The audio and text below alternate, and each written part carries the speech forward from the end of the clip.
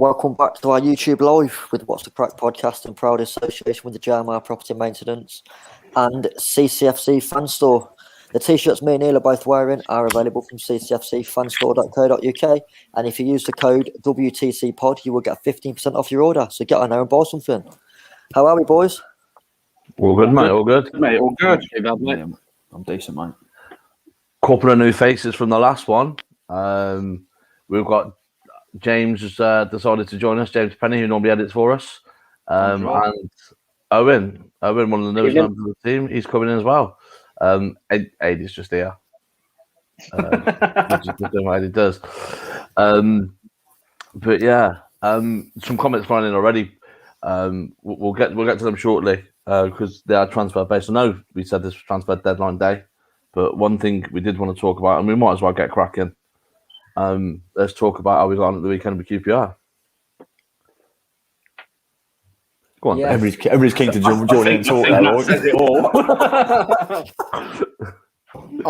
I'll start then. I was talking to Owen about this before we went live, to be honest.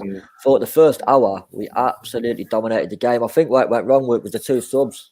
Taking Wycorn and Jokerez off, they made two subs, bringing your man Lyndon Dykes on, completely changed the game. It's smash and grab. Simple as that for me. I think it's going to be the tale of many games this season where we dominate. We just ain't got that end product. And again, you look at their bench, they bring Lyndon Dykes on to change the game. We bring Tyler Walker on, who's basically a shadow. And Matty Godden, who's decided he couldn't kick a ball straight for 10 minutes. It's just the way our game plan completely changed. Like, I'm stood next to Dave, and like 8 minutes on the clock, I've looked at him and I was like, I think we've had 6 shots and 4 corners. Like, you know, I've never seen us start that well. We come straight out the blocks. They didn't know what to do with us. That Elias Chair, who's supposed to be, couldn't get a kick. It was just, I don't know. We were frightened, and then. Yeah, can't score. That composure in the final third. Simon Moore pulls off one of the best saves I've ever seen live, by the way. That save from the free kick, no way on earth should he have got to that. He made a great save for their second goal as well. I said that on Twitter, didn't I? That second ball. Rocket. It was a second ball, absolute garbage. Dropped second ball and just tried to scramble it. Dominic Holm, didn't it? Yeah. Holm shanked it, and then Sheaf's left his man. Yes. I've badmouthed Sheaf before someone else says it. Easy to ball watch there, mate. You know it's going to drop. Yeah, exactly. But we destroyed them. We destroyed them, and the subs changed the game. You could see they were just trying to play long diagonal balls. Dykes just dropped onto to Maatsen. He's got 4 foot on him, and he was beating him in the air every time. And I've said that on Twitter. I got a little bit of stick for it. Said it to Dave at the time. Robbins got outdone by Mark Warburton on the day, 100%. But this is where I'll go with tactics. Tactically, in our subs, we tend to make them poorly, right? And it's one thing that I'll have a go at Robbins for, I suppose. And it's horrible to say that because he ain't great at it, is he? He makes subs at 60, 70 minutes, and I'll agree on that. It does nothing. It's like if you're going to impact the game, impact it early and take them off at half time and give them time because. There's no point in sticking someone on 60, 65, 70 minutes. Then giving them 20 minutes to try warm up and get into the game. But then the game's gone. And it screws you over, to be honest. And that's what does my head in about him. That's the only thing, really. That does the only thing I would say we've been it didn't work out, but it was a roll of the dice. For once, he has. You don't really see Robbins gamble. And he has tried to roll the dice. It's just a shame nothing come of it. I will give him that he did try, but Jokerez, I don't know why, didn't it? Jokerez looked fuming. Obviously, it's quite a tight ground, isn't it? So you can see everything. And as Jokerez walking past, he's clapping us. He looked fuming. Yeah, he wasn't, was he? He was not happy at all. Same with Waghorn. And Waghorn must be so frustrated because I thought that was his best game by an absolute country mile. His first touch, the way he brings everyone into play. But the problem is with Cov fans, if you don't score 25 goals or if you don't run your socks off and run around like a headless chicken for 90 minutes, you're not rated, sort of thing. And I think there's a lot of work that goes unnoticed with Waghorn. And I definitely think it'll come good. But it is frustrating with the Barnsley. Should have beat them, missing the penalty, and then dominating a side that, let's be honest, they're unbeaten and will be up there. But in the grand scheme of things, 9 points after 3 games, I'll snap your hand off for that at the start of the season. 5 games, sorry. 100%. I think that the stat that was doing the rounds before the game was we didn't get our 9th point until our 12th game last season. I think it was Blues in November. So for us to go into the first international break on 9 points shows how far we've come and how far we've progressed. Definitely. What does it average out to be? Like 1.8, nearly 2 points a game or something like that, isn't it? That works out. If you do that over a season, you're talking like 70, 75, 76 points, something like that. Off the top of the your old cliche, innit? Win your home games, draw your away games if you can. You pick the odd win up every now and then, and you'll be up there. Well, top half minimum. One thing that I think sort of backed us this season, though, is Robbins has always believed in the fitness mentality. If you can last the 90 minutes, you'll be sound, and it's proven in the 2 games where we scored in injury time. They've just been deflated. Forest and Reading. Reading the other day. They were just deflated as soon as that 90th minute hit. They couldn't handle those 5 or 6 minutes at the end, and it showed. It's Fergie, that isn't it? Obviously, everyone knows Robin saved his job, but if you played for Fergie, you play in the 95th minute. How you play in the 5th minute? Yeah, same mentality. Until the whistle's done, you go in hell for leather sort of thing. But I know we all sort of had the bit of a debate in the chat before this, and it was asked on Twitter. I personally think you've still got Liam Kelly to add to the mix, and I know as good as Sheaf's been, but Kelly is our skipper, and he makes us tick. When he come in last season, he was a difference maker. I think for me personally, with Liam Kelly at this minute, the only way he gets back in the side is if you play Ben Sheaf centre back. At the minute, I don't think you can drop Hamer or Sheaf. Just don't think, like I said, don't change a winning team and winning mentality. Unfortunately, it's consistency. You keep playing that consistent team, you keep getting results and growing that out. Either way, you just don't change it. Unfortunately, so and to be fair, how far off is he? He's probably another a couple of weeks off, maybe a month off as well. So that's the thing. It's not match fit either, is it? No. Glenn Walker said, "Would you fight Scarbia's extra?" It nearly happened Saturday, and Tom Ward didn't want it. True story. Couple of comments coming in. Glenn Scarby Hub. If Robbins had brought Allen on for Waghorn or Vic, and we'd lost the same score, at least we tried to win a game rather than nicking a point. QPR goalkeeper got man of the match on FootMob says it all, and I think that's a fair point. I said to Dave just before the subs, I said, Godden can come on and win this. Like, is that natural finisher? I think he can nick a goal. I was shocked when both subs happened. You know, I'm with you, Owen. I'm not having Tyler Walker at all. No, I completely agree, mate. So, yeah, and like you say, Vic just looked so annoyed. Yeah. Cam Cairns has joined us. All right, Cam. I said on a few occasions, Jokerez has been our best player so far. There are several stats that back this up. Several stats where Jokerez is in the top 10 in the division. I agree, but we're only 4 or 5 games in. Do you know what I mean? You can't really look at stats yet. I do like Jokerez, though. Good player. Personally, I think Simon Moore's been our best player. I think you can see the difference in having a proper number one that comes out. He claims everything. He's an experienced head. He knows where to be. And like I say, them 2 saves he made were ridiculous. Personally, as good as, like you say, the free kick was, I think they're different types of save, but how quickly he got down to that volley was ridiculous.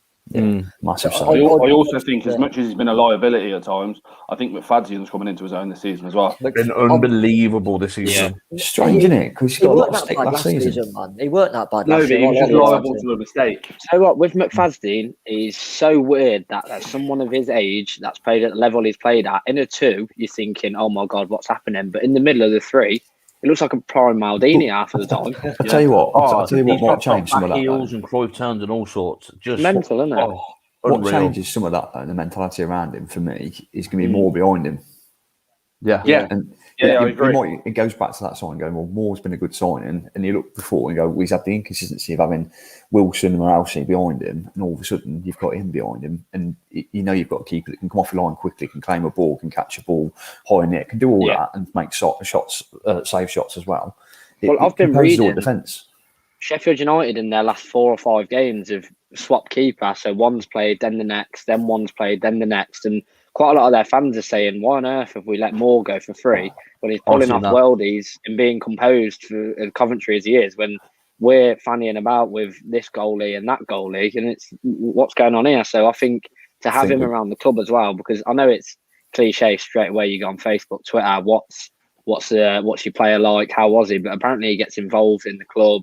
He'll get involved with the fans as well. So to have someone on the pitch and like that off the pitch as well. He's an absolute gem of a signing. I think it's lucky that we signed him before Ramsdale went, because if Ramsdale went early, he'd have been kept on, I think, and now we'd have been in the shit again.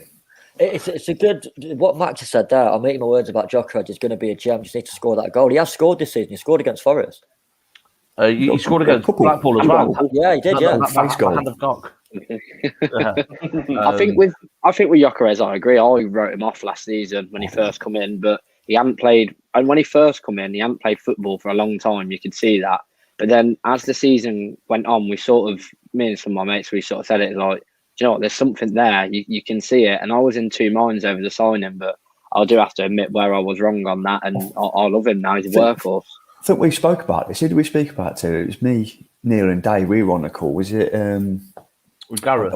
It was Gareth, wasn't it? And I spoke about Vic. I said I knew he was going to come good because I've seen him play for St. Pauli a couple of times, Bundesliga too, and he was outstanding there. And people going, "Oh, he's shit. He's slow. He's cumbersome." I thought you've not seen him then yet, because once he gets going, he'll be absolutely I think quality. He's quite quick. To be fair, I think he's powerful and he's faster than he looks, sort of thing. He's one of them. Like, I know I said it with like Clark Harrison in the chat earlier, but with Gyökeres off the mark, he looks like he's got nothing. But give him a few yards and he's off. I think he's fitter though now. Again, as Neil touched on, he weren't fit, and he's fitter now than he ever has been. Yeah. It's one of those again.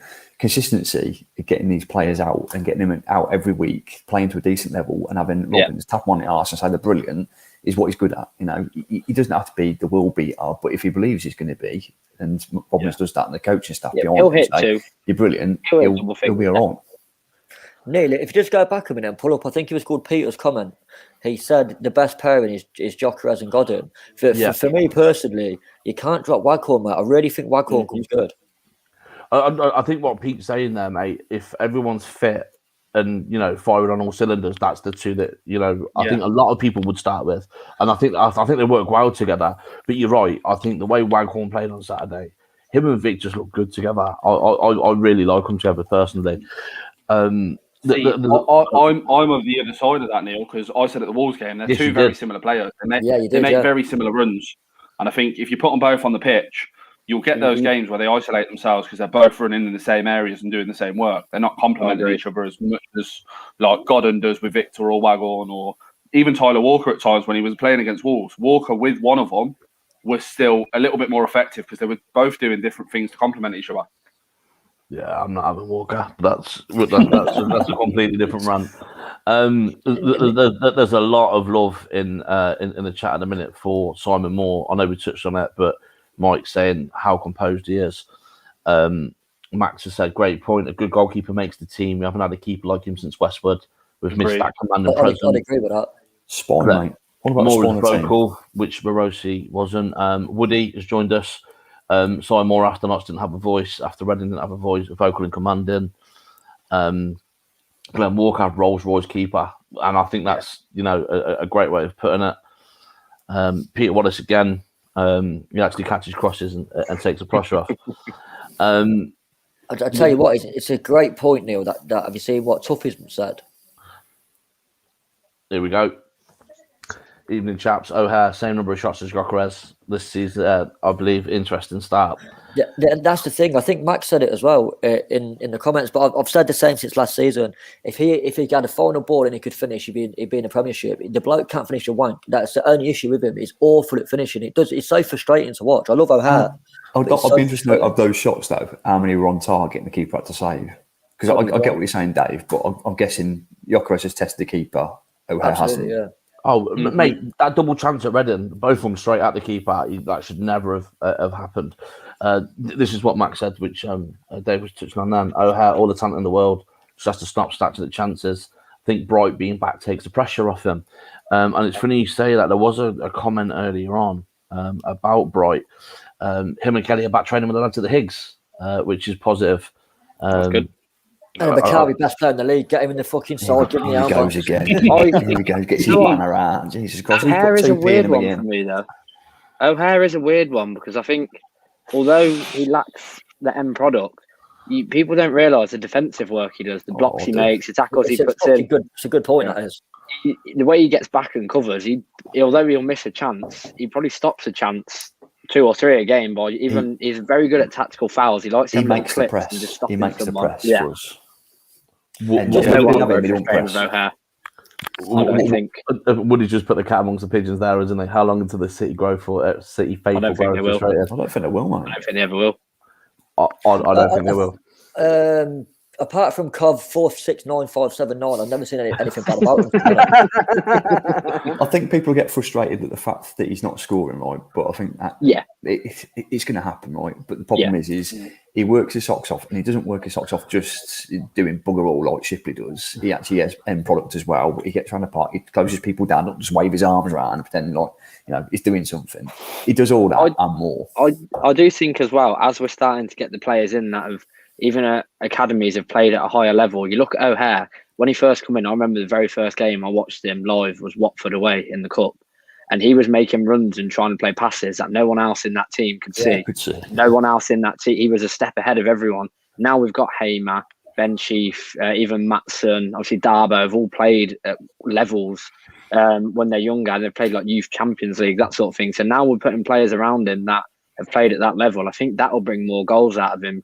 Because someone like Waghorn will spot the run where last season Tyler Walker or someone might not have spotted it. So it swings and roundabouts with O'Hare, but I think they're definitely he's still a boy in terms of football, and I definitely think he'll get a double figure season at some point, hopefully sooner rather than later. You got to remember, it's only his second season in the Championship as well, isn't it? Yeah, absolutely, Penny.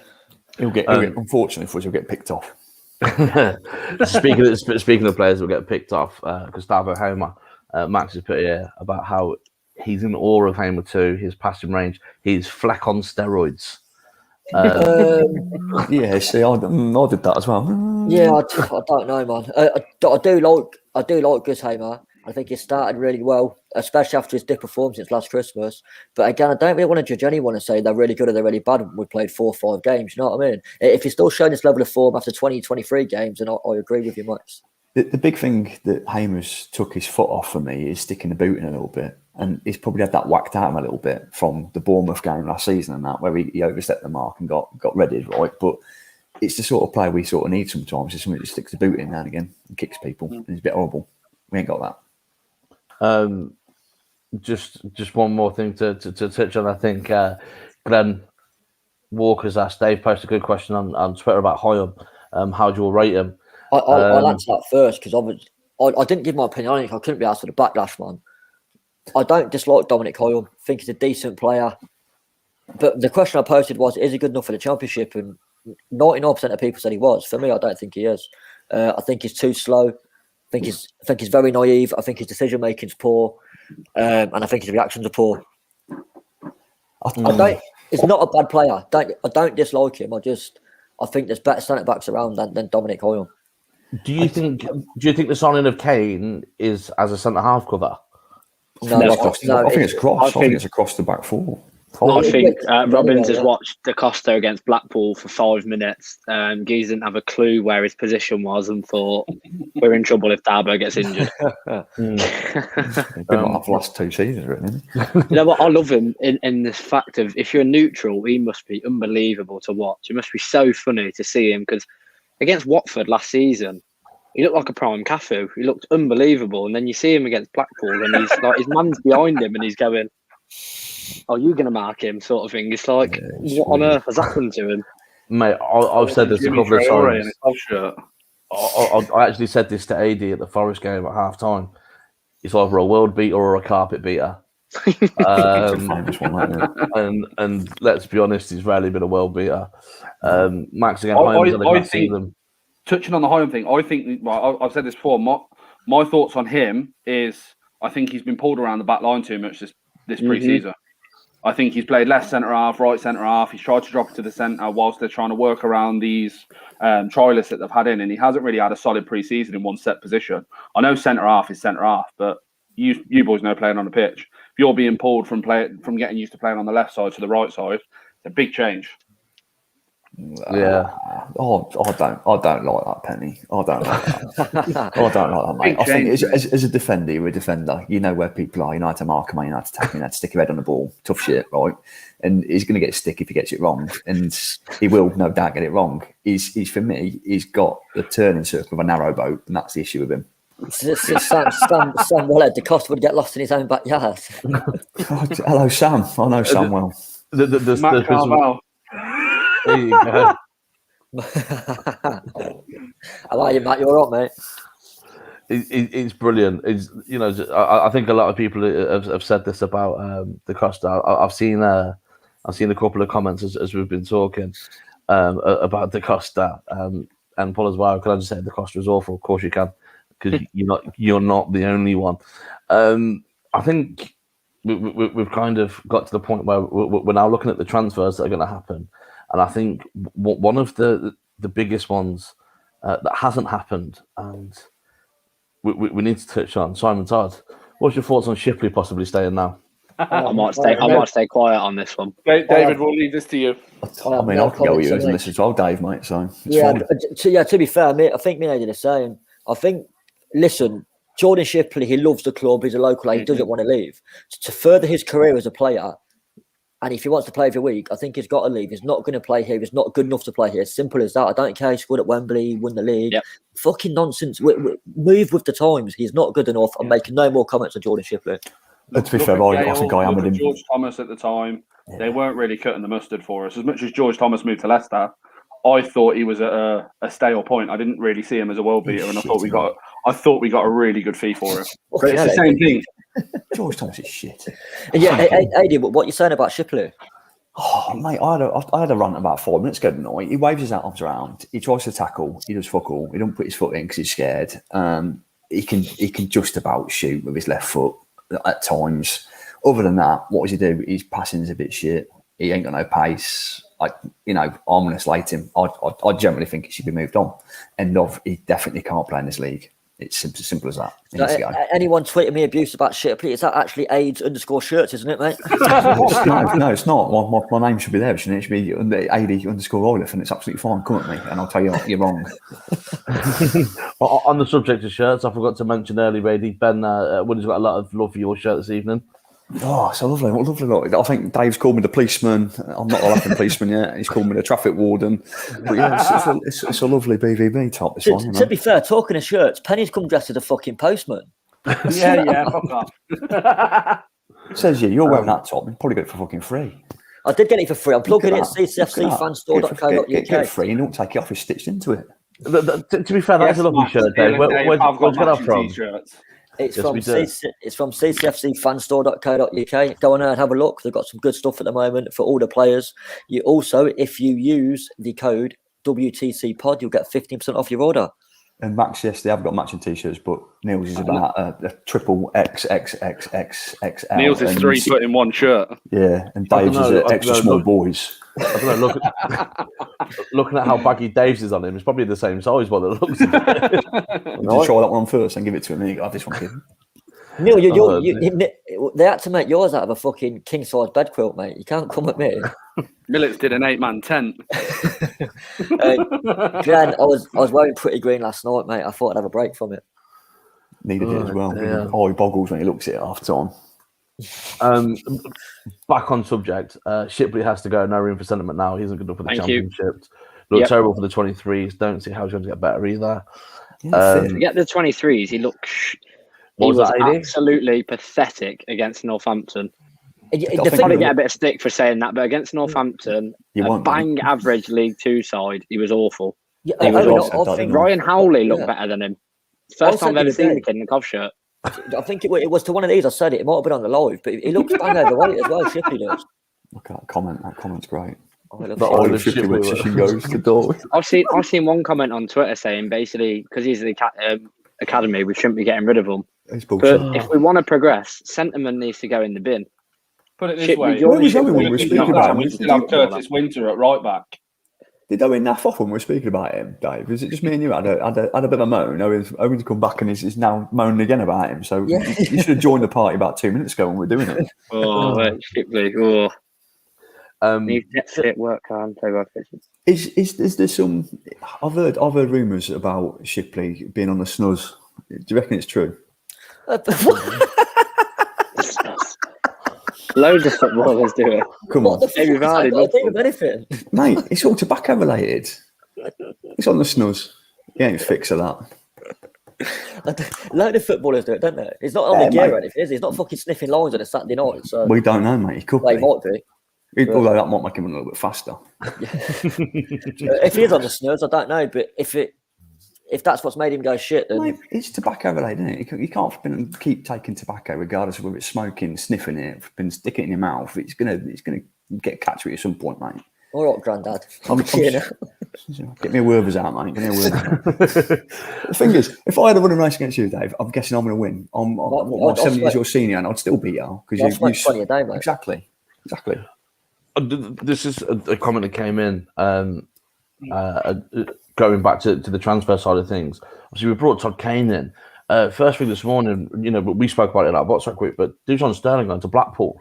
I think it's a great signing for Blackpool. I really do, especially after how we played against them. They obviously needed some reinforcements at the back. Is he the signing to do it? No. I think he is on his own. The problem is with Sterling, he's had a season of not playing football. He went to Wigan and they didn't play him. So as good as he was for us, we're now a championship side. And that was when we were a League One side looking to find our feet. So we've moved on from Dujon Sterling and he's had a season of not playing football. So has he regressed? And there's only one way to find out. And he's gone into an awful Blackpool side. Well, be interesting how he gets on. So did Brighton and Bakare, but I'm not allowed to say that because I get jumped on. Leave Brighton alone. Yeah, shit there, weren't Get that fishing rod out. There you go, Dave. Getting under that one. Glenn said there, Blackpool have signed another right back today. So Sterling played centre back for Chelsea in pre-season though. So whether he's gone there to do a job as centre back for him. Yeah, to be fair, it's a good point. That he played a lot in pre-season at Chelsea, didn't he? He played loads. He played right centre back for most of them. To be honest, Chelsea do that though. They do that, don't they? Teams like that, they give the kids football, let them have a look. Obviously, Trevor Chalobah's actually got some proper football, scored a great goal, but it's obvious that Sterling's way down the pecking order. But it's an interesting one because obviously with Vivesh, I think we'll keep seeing the Chelsea lads flooding through, but Dujon Sterling is not a signing to take us forward. Personally, I think that's going backwards. I think let's face facts. Sterling's never going to make it into that Chelsea first team, regardless. How many players are in that reserve team squad under 23s? What you want to class that as? Go out on loan years on years and come back and never get anywhere. I mean, how many loans did Jamal Blackman have? I think he's only just got released from Chelsea. He's 28. Izzy Brown, Casey Palmer. There's loads of them that have done exactly the same. Izzy Brown thinks he's still got a chance of playing for England. No chance. He genuinely done an interview saying if he feels if he gets the right move, now he's got a permanent one, that he can progress and he feels like he's still got a chance of playing for England. I think I've got more chance than I. I know it's completely off topic, boys, but just watching Sky Sports News, and Wigan have signed St Johnson's captain. They've had some window Wigan, haven't they? I think they'll go up. I've backed them to finish at least in the playoffs. 100%. I think there's been some money spent in League One. I just had to laugh quickly.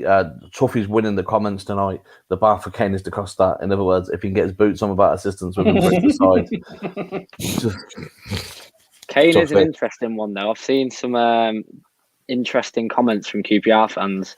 I just don't like him because he's got an opinion. Have you seen all the scandal around him? Yeah, mate. But I like that, man. Fucking, someone's got a bit of arrogance about them. Fair play.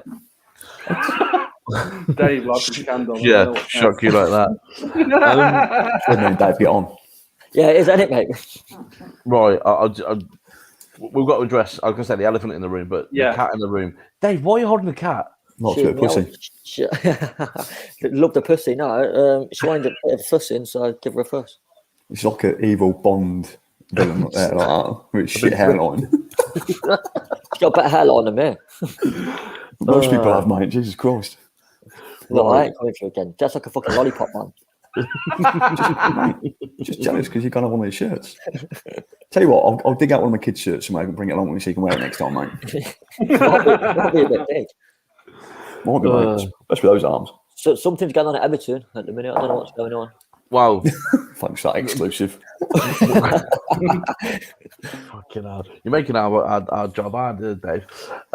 So it is transfer deadline day, and that's the main reason we decided to get together to have a chat.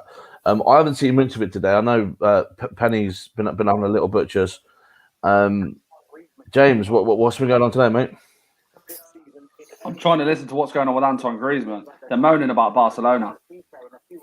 That's the biggest head blown that I don't understand. They couldn't pay Messi his wages, yet they're going to sit there and sign Luke De Jong for a fraction of the price. So that's the difference, right? Messi must have been on £500,000. Luke De Jong ain't going to be on £500,000, is he? He's probably going on £50,000.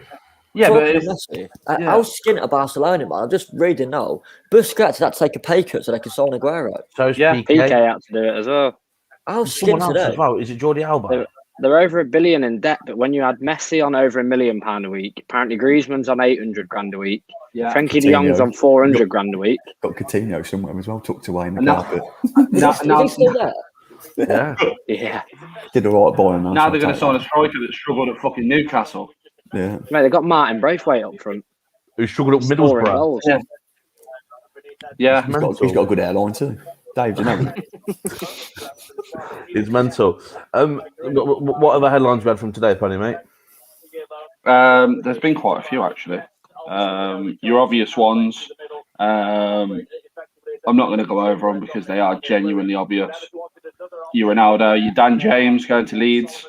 That's an odd one. Freeing up the number 7 shirt. Exactly. Merry-go-round with the shirt numbers. Nuno Mendes. How have PSG been able to sign him for 40 million with all the money they've spent on wages this year? Well, apparently it's a loan with a view, so they probably already paid him, and then they'll just put it through the books next season or something. Nice way around it. I mean, today for big ones have been quite sort of on the edge. Obviously, saw the Chelsea. Yeah, I was going to say another odd one. Max has just dropped that in the comments. This is one that I seen earlier. Andre Gray to QPR on loan from Watford. I think that's a huge signing for our level and the way they played. I think him and Lyndon Dykes could be really dangerous. Charlie Austin's passed it. I think he looked like against us like his legs are gone. So a striker like Gray coming in, freshening them up could be really, really good. I agree. And as old as Austin is, you'd have him at Cov, wouldn't you? Because he can fucking score goals. Everyone said that about Waghorn, but he's been slated, mate. If Charlie Austin doesn't score his first 3 goals, everyone's on calling him a cunt. We can't drop that word on YouTube Live, you potty mouth. Potty mouth. I keep forgetting. Please bring up Max's comment. What is it? This one. That one. Oh, Jesus Christ! I can't. I'm speechless about them. How bad they are. Arsenal so far have been shocking. We said in the car on Saturday, didn't we, Dave? How long until Arteta gets sacked? Owen's gone. Cheers, mate. Owen, cheers, mate. Boy, mate. Have a good one. Thanks, Quinn. Wow. So yeah, Owen likes Arsenal clearly. It's just message in the chat saying he had to go. So cheers, Owen. For coming on, mate. I think for me, I tweeted this the other day when I'm 29 now. I'm 30 in January here, if you didn't know. But yeah, growing up as a kid, Neil does a podcast as well. Hey, did you play shirts, mate? Growing up as a kid, Arsenal were unbelievable, weren't they?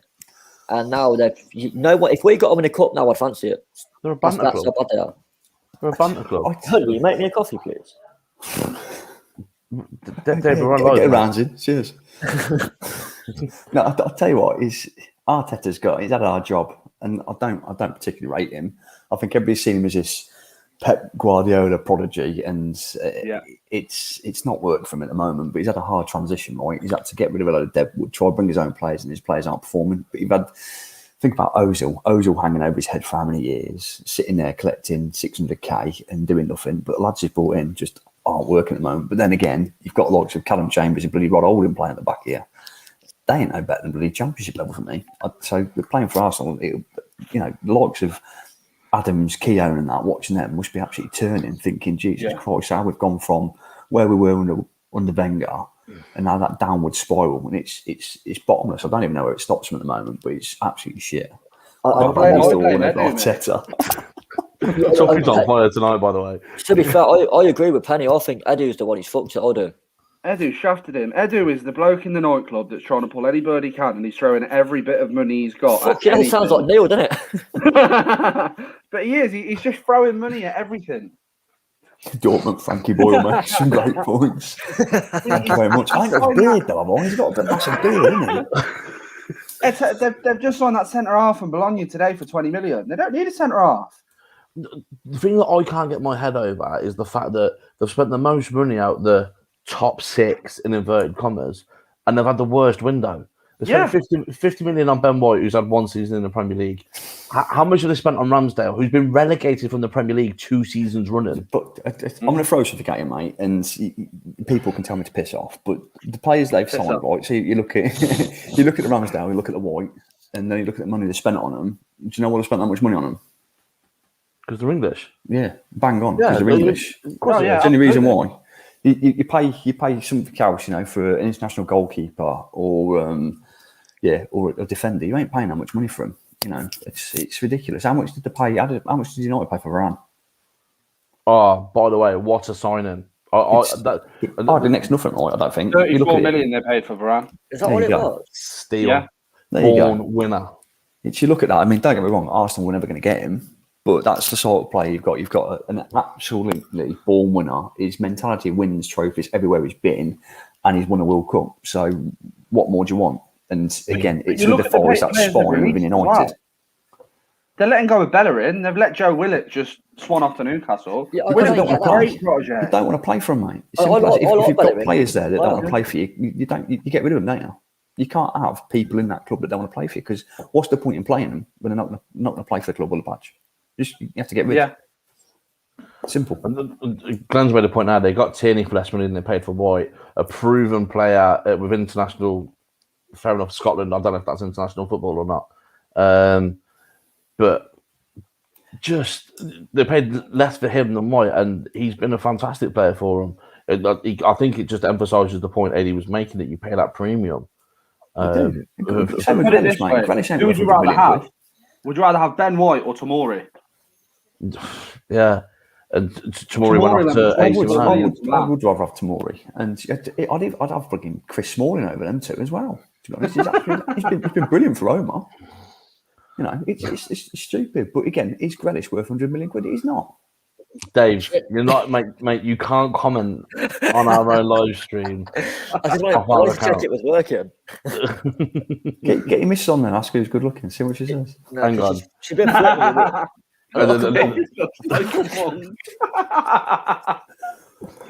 Let's just flip it. Somebody said, Frankie, I think I look more like Proclaimers, to be honest, but there you go.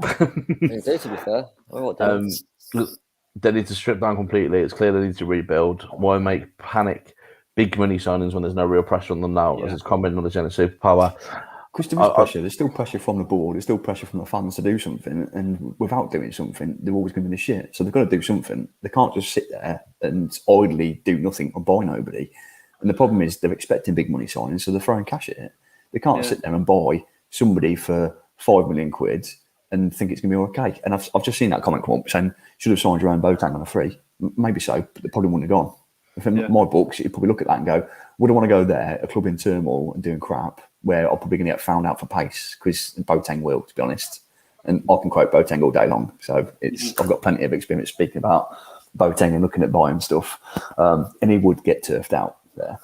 In Lyon, he'll be absolutely fine because the players slow game of football. Farmers League. The thing is with that though, it's you've got the players in their academies like your Maitland-Niles that's begging for time.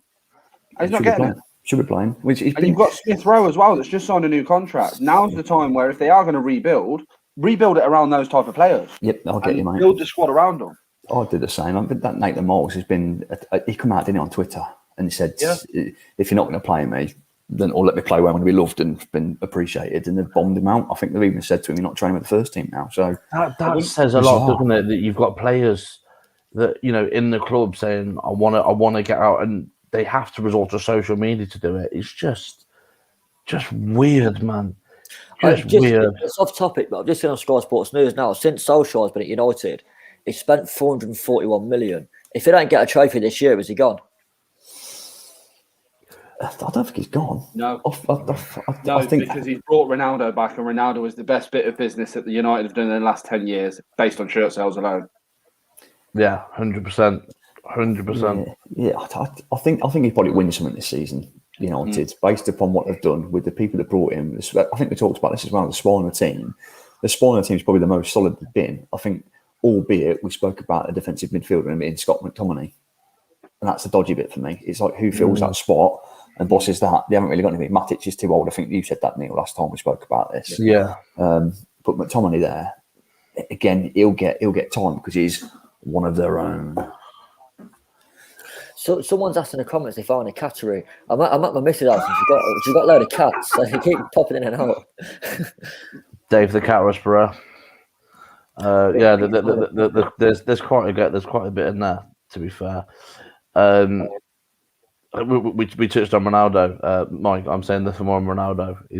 Mark, I can't believe what you said on Twitter, man. It's fucking madness. What was I've missed that comment. Go on. What was said about? He basically said in no certain terms Ronaldo's finished. Brave call up from one of the most determined men in football for me. Probably the fittest man in football as well at his age. What is he? Is he 30? Is he the same age as me? Is he 35, 36? Ronaldo? Ronaldo's 36. Yeah, 36, but he's got the body like a 21-year-old. He's a joke, isn't he? He's a very good-looking man as well. Very, very handsome chap. Very good-looking man. Tuffy again. Arsenal remind me of Liverpool when they were going to games with players like Downing, Lambert, Aquilani, Leto. I think that's a shout. To be fair, this is very similar, isn't it? Yeah, you look at the players they've signed and the players that are in the squad, and you think, are they good enough for Arsenal? We obviously being a little bit older, we were spoiled in the fact that we grew up with Perez, Lundberg, Henry, Bergkamp. Yeah, well, anybody, Bergkamp, yeah, right. You know, Ray Parler, just unbelievable. One from Pele, you leave him alone. I just think it's just unbelievable. The thing is, you look at that Liverpool squad that he's on about as well. I know we'll touch on it later. The worst signings. They had Paul Konchesky at left back. Oh, yeah, I forgot about that. A Champions League side with Paul Konchesky at left back. Yeah, but Jimmy Traore scored. He won the Champions League final, mate. Jimmy Traore for Liverpool. Harry Kewell. Igor Bizcan. Barros. Yeah. So just to touch on what Mark said, that he got Collins for that comment. So you should, Mark. I still can't believe what you said. I love Ronaldo personally. Did it go viral? No, that comment didn't go quite viral. I thought if anybody's slating him, it's going to have to go big. It's not been caught after he tweeted a couple of times. Low from Swansea. I was relieved. Dan Zuma went to Villarreal. Now I'm sitting at the prospects level to part for ball. Yeah, that Dan Zuma last season tore us apart, didn't he, man? Yeah. Jamal Lowe didn't do that great against us though for Swansea. He did a little bit, but he didn't do much. No, but they've lost some. They've lost some players. It's a bit mad. This question's been asked 3 times now, and I've been meaning to get onto it. Ryan Christie's left Celtic, and it shows Bournemouth over Burnley. I think it says everything about the style of play he wants to play as a player, and it's about money as well. Yeah, I don't think it's just about money though. I think it's about the players he's going to play with around him. They've got players like Gary Cahill that have signed on. Yeah, but it's fucking 49. Dominic Solanke. 37, 38, but it's Gary Cahill, mate. And at that level, Gary Cahill can still do a job. He's not finished. He's only 28. For me, it says a lot about the Scottish League, right? That he, in his prime, is playing for Celtic, getting picked week in, week out. He's probably playing for Scotland as well when he gets picked. And he's chose not to try dip his toe into Premiership, probably because he's a little bit worried about the style of play and if he'll get found out. So he goes to Bournemouth to play with arguably a better footballing team. However, it's a standard that probably suits him better, so he can shine a little bit better. That says a lot about the Christie transfer for me. He's probably getting paid a little bit more. Yeah. Neil, what we're saying, we're getting Cam and Matt in tonight. Yeah. We've got some guests joining us. I should send them the link, really, shouldn't I? Neil, just send the link. If anyone likes this T-shirt, it is available from ccfcfanstore.co.uk. And if you use the code WTCPod, you'll get 15% off your first order. There's another good one on there as well. There's one with Callow Air on it, and it says Solihull Messi on it. That's a lovely one. The Hamer Oasis one's good as well. There's a couple of decent bits on there. We've seen a lad wearing that at QPR as well. They've done the Weekend Defender line. They've done a Weekend Sky Blue version as well. Just to answer Match's question, he has asked a few times if you drink cherry coke on away days. No, to be fair, I took him out, like him his dad. But Neil come out to me after the game Saturday as well. He had 3 points, so he must have been feeling. Did he get around him? Did he fuck? Did in London now, and someone didn't. I got you one before the game, you type bastard. Dave conveniently lost his wallet in that expensive pub. Oh, wherever put my wallet? Mate, as I said in the chat, I opened my banking app and it said, "Not a chance, fat boy, not a chance." But if there's some sawdust on offer, it'd have been all over it. Like a Trump on chips. Like a Trump on chips. Look like a check win. Some of the other signings that have happened today, especially in and around our league, Swansea seems to have lost a lot of players today, haven't they? Grimes, has he gone to Fulham? Has that gone through? Has it? I couldn't tell you. Look at you, Kenny. Grimes, yeah. Has he gone to Fulham from Swansea? I know it was linked. I don't know if it has happened. Not that I know of. I've just been catching up on him now. I know Edouard's just signed for Palace, 5-year deal. Massive signing that is. Vieira's done wonders there, man. Oh, I know they're not scoring yet, but who we got here? Cam Cairns has joined us. Hello, Cameron. Yes, hello. Cam, how are you, mate? Not too bad. How are you? All good, all good. What's your Thanks thoughts for joining on us, Cam, mate? big one? First of all, Cam, Todd Kane. What are you saying? I wasn't really a big advocate for him joining because I don't think it was really essential. But Julian Da Costa, to be very frankly and cruelly honest, is on borrowed time, and the sooner he fucking leaves, the better. So Todd Kane will do for now. I thought he was going to be all polite then. It's on borrowed time. I thought he was going to be nice and polite. Straight in. Fucking I'm not being funny, mate. He's that sort of guy who would drive on the left side of the road on GTA 5 because he thinks the game is based in the UK. That's an analogy, that, isn't it? Quality analogy. He reminds me of Gary Borrowdale. That's how bad he is. Oh, Borrowdale. He was awful. Past, isn't it? He was awful. Here's one for you, AD, mate. Yeah. Tell me about the home games. Yes, Sam. The away games are proving difficult, as we all know. And that's the problem I've got. I heard a rumour that you're bollocks when you miss his handbag, mate. Says you. What are you on about? What was she doing now? Do you want to come Exactly. Says you. There she is. There she is. Definitely not on the handbag, mate. I've got kids that tie me down as well, unfortunately. So Can't leave me alone, can she? Sam's all right. He can do what he wants. Going back to the whole Swansea point, Tuffy's asked does Swansea skin it or something since we get a month for players like we were not so long ago. I don't know the ins and outs down there, so if anyone else parachute payment's expired. Yeah. Is that what it is? Yeah. So to stop them becoming skint, they're cutting their losses straight away to stop that being a risk. But they're selling players like a quick file yard sale, though. They're selling players at a ridiculous amount. Like I think, like Lowe went for like £1 million or something, which is ridiculous. To get them off the wages, mate. That's what it is. I realise that, mate. But even so, you'd still be trying to ask a bit more of a premium for them, depending on how long they've got left on the contract. It's like I know we've done some daft shit in our time, but that seems like really daft. Just throwing stuff like, going, yeah, just take him. It just feels like that. Oh no! What's he said? Seems to be Stephen Wright or Julian Da Costa. Oh, Jesus Christ. I'd pick Da Costa because he has got the odd good game in him. Stephen Wright was absolutely dog shit.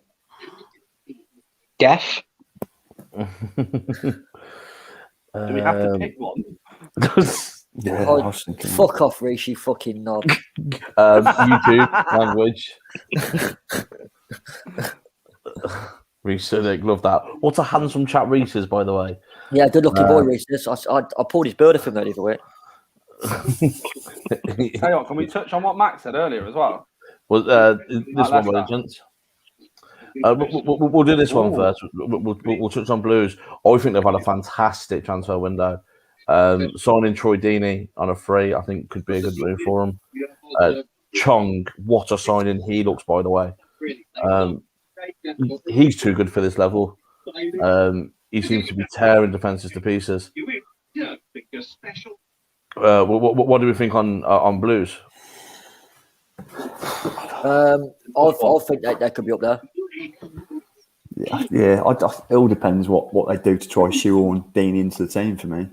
They clearly want to play him, aren't they? I've heard talk of him being made skipper straight as well. Whether that makes that pisses people off, I do not know.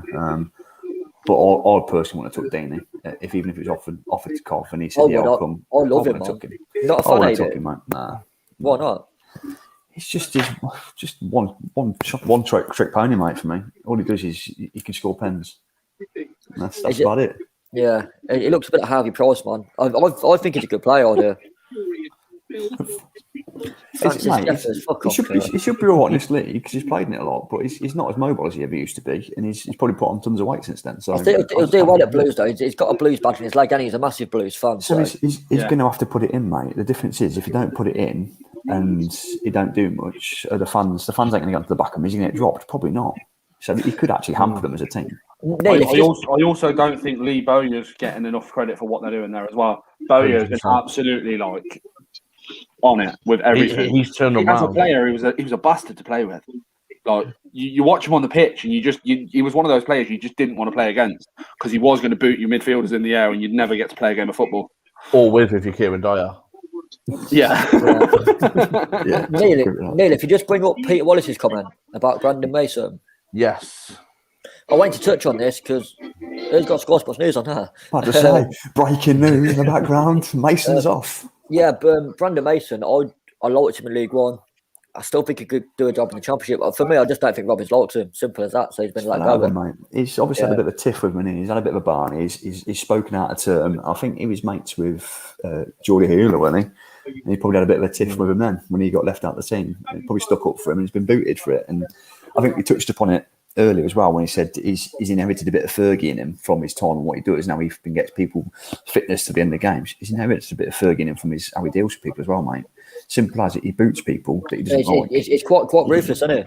Yeah, I like that. I like that about him. I like the fact he's ruthless. And I think we threw this about earlier as well when somebody said exactly the same as what happened. He's a bit ruthless with Doyle. And it'll happen again. And it'll happen continuously whilst he's in charge because he looks to progress. And that's the reason why I like him. He gets rid of people when he thinks they're dead. They're not really good anymore. Let's get rid of them. Tough shit. Yeah. And Mason, for me, was never that good. He had a couple of good games. And he got found out Rotherham away. And that was the end of him, to be honest, pretty much. In football, you don't progress by being a sweetheart. You progress by being an absolute dick. I totally agree. And I've got to agree. I think, Robbins has got that ruthless streak about him, and it's proof for the good. Just some transfer business that I've just seen. Bristol Rovers have signed Leon Clark and Junior Brown. More ex-Cov players. I think Leon Clark could do a job there, man. How old is he? He must be 45 by now, isn't he? About 50 soon. But I don't know. Looking at the picture, he looks like he's had a hard day, bless him. He's probably on the snus. Here's one for you. Remember Dominic Samuel? Yes. Yeah. How shit hot was he when he was here and everyone was loving it and wanted him back? Yeah. He was all right, yeah. Signed for Ross County. Ross County? What league are they in? They have been Division 1. In Intergalactic 9 in Scotland. They're Scottish top flight, Ross County. Yeah. Goodness me. That's going to be shit, then, that is. I'd agree with Max what he said a minute ago about Thingy. What he said here, I want to hear your thoughts about how Posh will do this season. I'll be honest, mate. I don't really give a fuck about them, so I've not followed them either way. Cheers, Dave. They've got some very exciting talent like Ricky Dembele. I just love watching him. Good player, to be fair. But defensively, they are so poor. Yeah. Yeah. Just wanted to kind of get on to some of the signings of the window so far. I think there's been some that have gone under the radar, some that have obviously been on news. I just want to know of you guys who you think the best signing of the transfer window has been on the whole. In general. In general. Who do you think will turn out to be the best player in their new club? Go with you, Penny. See, For me, there's a couple, because I think the one that went right under the radar and popped up to everyone and was an absolute gem of a signing, as much as I hate that they've signed him, is Danny Ings to Villa. They've missed an out-and-out striker. And the other one, which I think is a great bit of business, West Ham are splashing the cash. And when they signed Zuma was a statement signing. I'd agree with that. I think it is a great signing for West Ham, Zuma is. They've signed another Czech player today, haven't they? Yeah, Vlasic. Yeah. I think they've signed Craic as well. They just signed Craic on loan. Yeah, that's the other one. I think that the signing that Brighton made this morning, Cucurella, will be a fantastic signing for them. Great player last season in the league, and I think he'll do really well over here. Underrated player, I think, is another one for Villa as well. And knowing a bit about the German league again, Bailey. I'm surprised. I'm surprised he's not played more. But for 30 million quid, absolute snip when he was coasted around last season at 85 million quid when people tried to push him. I think a few big German teams who say Bayern had a sniff and didn't want to afford him, and Dortmund did the same, couldn't afford him, and a few people bottled it in the Premiership, and he's gone to Villa, and I'm absolutely astounded they've got him for 30 million quid, and that's the same amount of money as they pay for Buendia, which is crazy if you think about it, because I know what I'd rather have personally. There you go. Do you know what? The touching on Villa's business, getting 100 million for Grealish and reinvesting that in Buendia, Ings, and Bailey. Clever window, mate. And signing Ashley Young on a free. Very, very clever. Very, very clever. But wait, the big question there is Grealish really worth 100 mil? Yes. Yeah. Is he? Why? And to take out the fact he's English. I know you always pay more for English players, but for me, obviously, I hated him to the Villa. Then I watched him in the Euros. I know he didn't play that much, but I think he's fucking world class. I think he walks into any side in the world. And you think he's a £100 million player right now? But I think he's got the output. But I don't think any human being in the world is worth £100 million. But the way the game's gone, then yeah, I do. Okay. So compare him to Foden, and Foden's not reached his prime yet, so he's going to be the better player. Well, if you want to talk about the £100 million, Coutinho went for 120. Oh yeah, I totally agree. You know, so I think you're getting value for money in that respect. But Barcelona are absolute idiots with money, and they should never played that man in the first place. Fuck now, aren't they? You're okay there, mate. You're struggling for words. I thought Dave was buffering. I looked at my coffee; it's all gone. It shocked me. I didn't know I drank that Inflation rates are stupid in football nowadays. They're just so extreme. Yeah, absolutely. Yeah. Like I think 20 years ago, if you signed a player for around 10 million, it was considered a big deal. Now a proven championship striker probably costs that. Yeah, you're probably right on that one. You've watched more German football than anyone. Compare Leon Bailey to Sancho in terms of quality. For me, Bailey's better. You reckon? And Sancho costs twice the money. Bailey's better. Bailey's gone Villa, already. Yeah, Bailey's better. Wake up, Dave. We just said that, mate. We just said that about 5 minutes ago, Dave. But you were so hang on. I think Bailey gone Villa. You nearly 30. Mr. Current Affairs. You just got Postman Pat, you fucking nose. You can't look at it. Fuck off, at least I've got a hairline. There's a lot of banter about Postman Pat and hairline, isn't there, on this? Max has said about Camavinga going to Madrid. I think that's a hell of a signing for them. I think half of Europe. I think half of Europe were after him. Again, AD, you know your German football, especially Bayern. Is Alaba going to be a big miss for Bayern?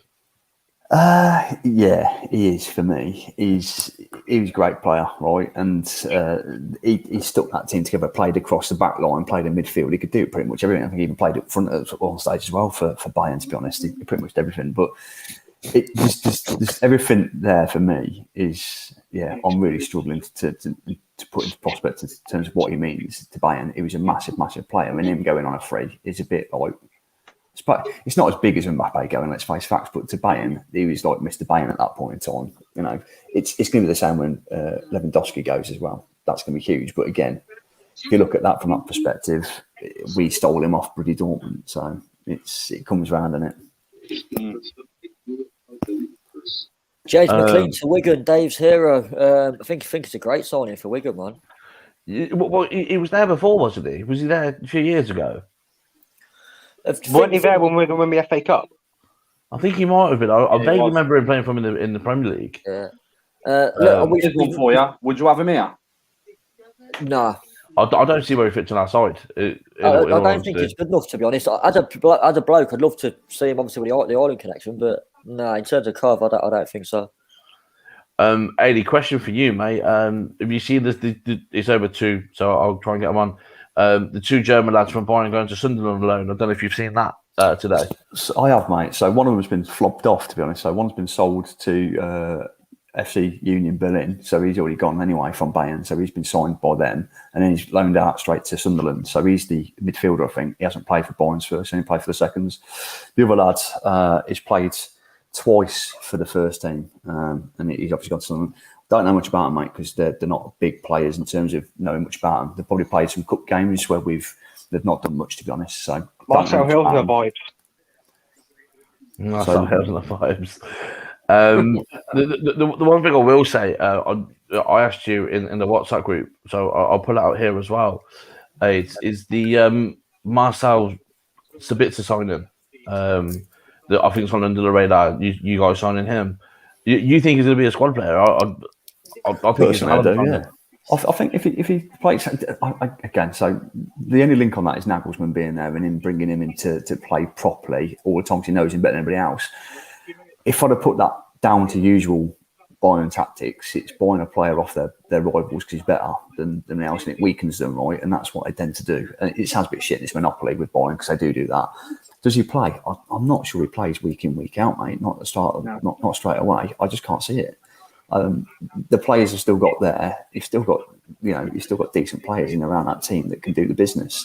You've got Goretzka in the midfield. You've got Kimmich that can play there. I don't see how at the moment he fits. When he plays further forward, then it sounds daft. Even when he plays up front and up top, like you've got there, you've got Lewandowski. You've still got really Choupo-Moting that plays there and he actually scores goals left, right, and centre. And I absolutely slated him when he came in. He's done really well, to be honest. How he's gone from Stoke to where did he end up going? Stoke to where did he go? I know he ended up with Bayern anyway, but where did we get him from? I can't remember. But he ended up in PSG, weren't it? Stoke to PSG to Bayern. His agent must be fantastic. Bloody wieldy of an agent. It's mental, isn't it? Someone's just asked, does Dave want to feed the cats? No. Yeah, he has, Dale. I don't know where he's gone, in all honesty. Yeah, he has. I hope they're being fed. Well fed.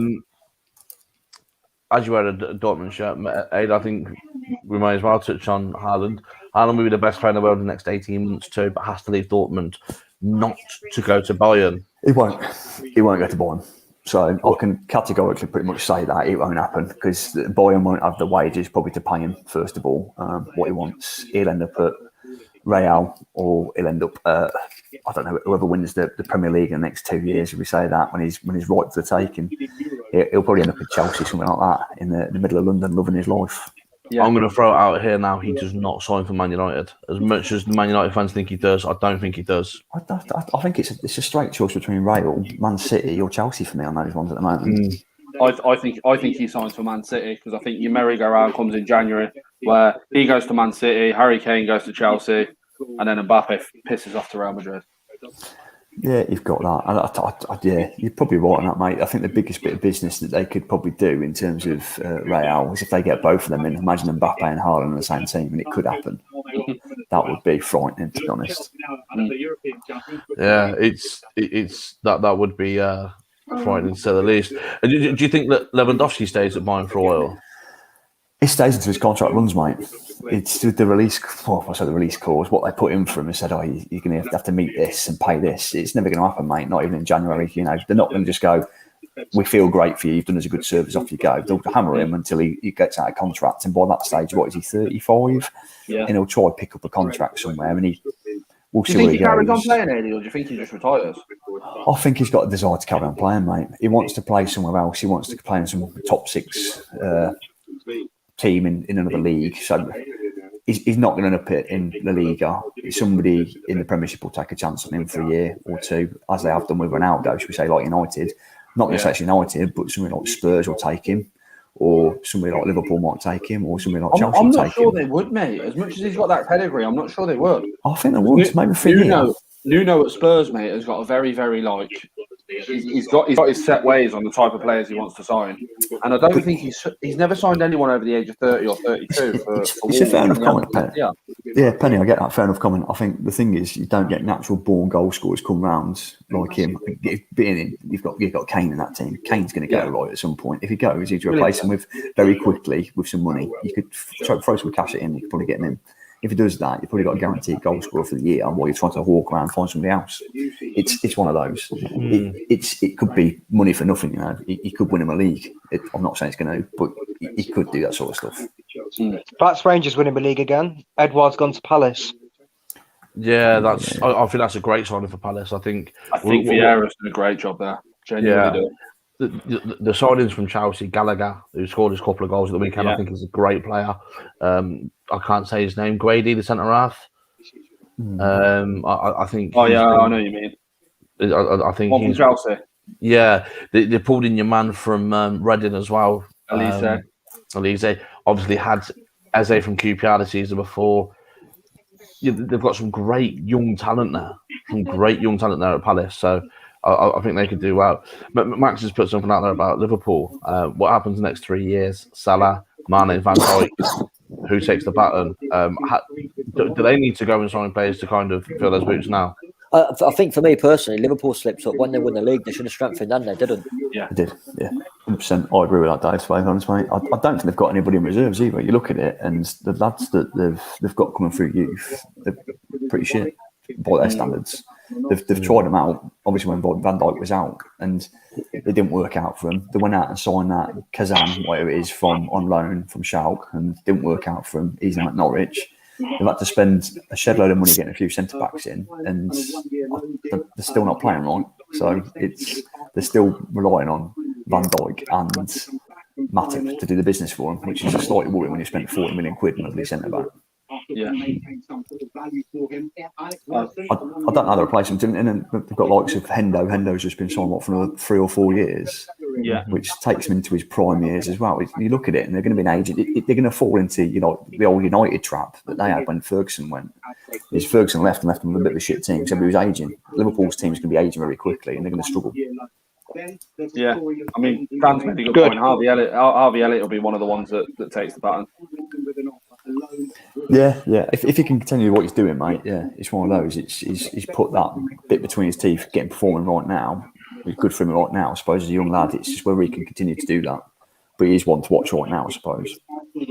I can't stand him just because of what he did to us. I'm still traumatised. Hell of a player, though. Hell of a player. I'm still traumatised from that. What a dick.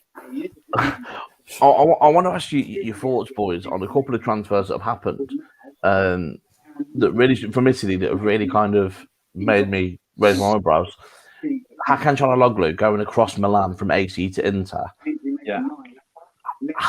And he scored, I think he scored on his debut as well. Does that rivalry not mean anything anymore? Or I think for me personally, I couldn't give a fuck about foreign football, so I've got no comment to make.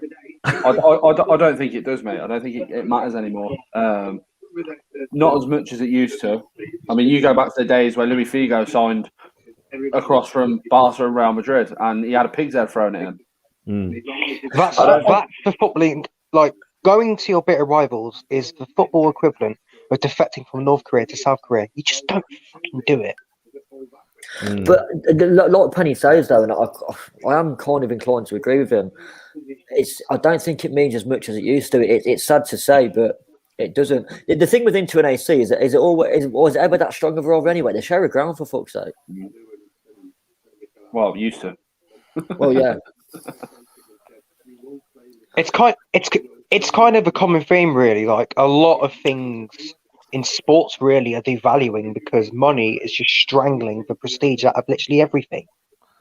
Yeah, I'd agree with that, to be fair. But at the end of the day, it's only going to get more, isn't it? Especially in football.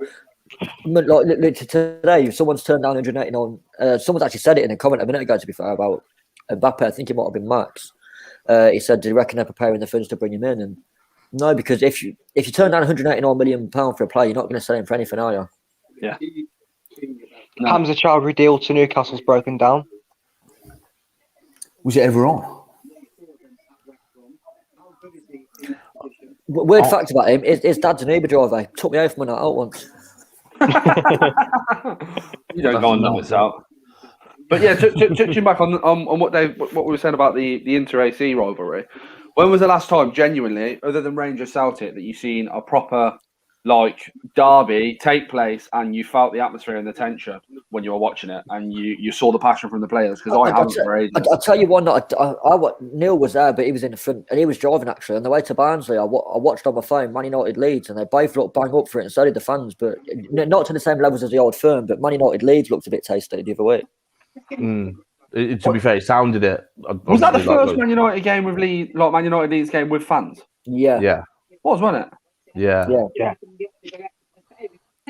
But yeah, depending on degree, apart from the old, again, I only really watch English football, and obviously I watch the Old Firm. But for me, apart from the Old Firm now, there's not, and obviously maybe Galatasaray, Fenerbahce. But apart from them two, there's not really a derby where you think, a bit tasty that one. Mate, you used to flick on a Sunday afternoon and see Man City, Man United, and Arsenal, Spurs, and you'd expect at least 3 red cards, at least 2 injuries, 4 scraps, and you just don't get that anymore. I still think I know now, it's not football, but you just don't feel the passion with it. I think with the Manchester derby, though, I think especially certainly for United, it's always been Liverpool for them anyway. Obviously, City have only been in and around, haven't they, for the past 10, 15 years, whereas Man United Liverpool is still a massive derby for me.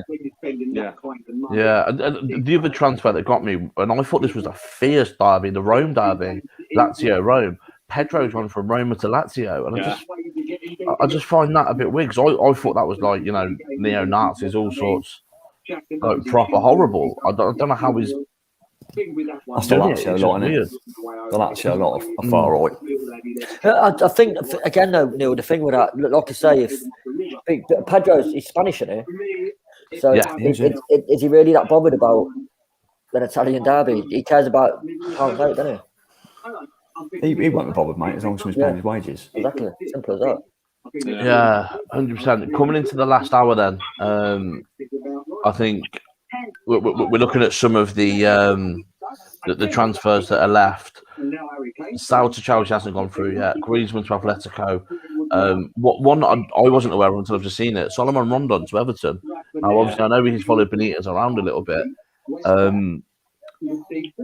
Could that be in case Richarlison does end up going with the whole Mbappe merry-go-round? I don't think so. I just think they need more firepower, mate.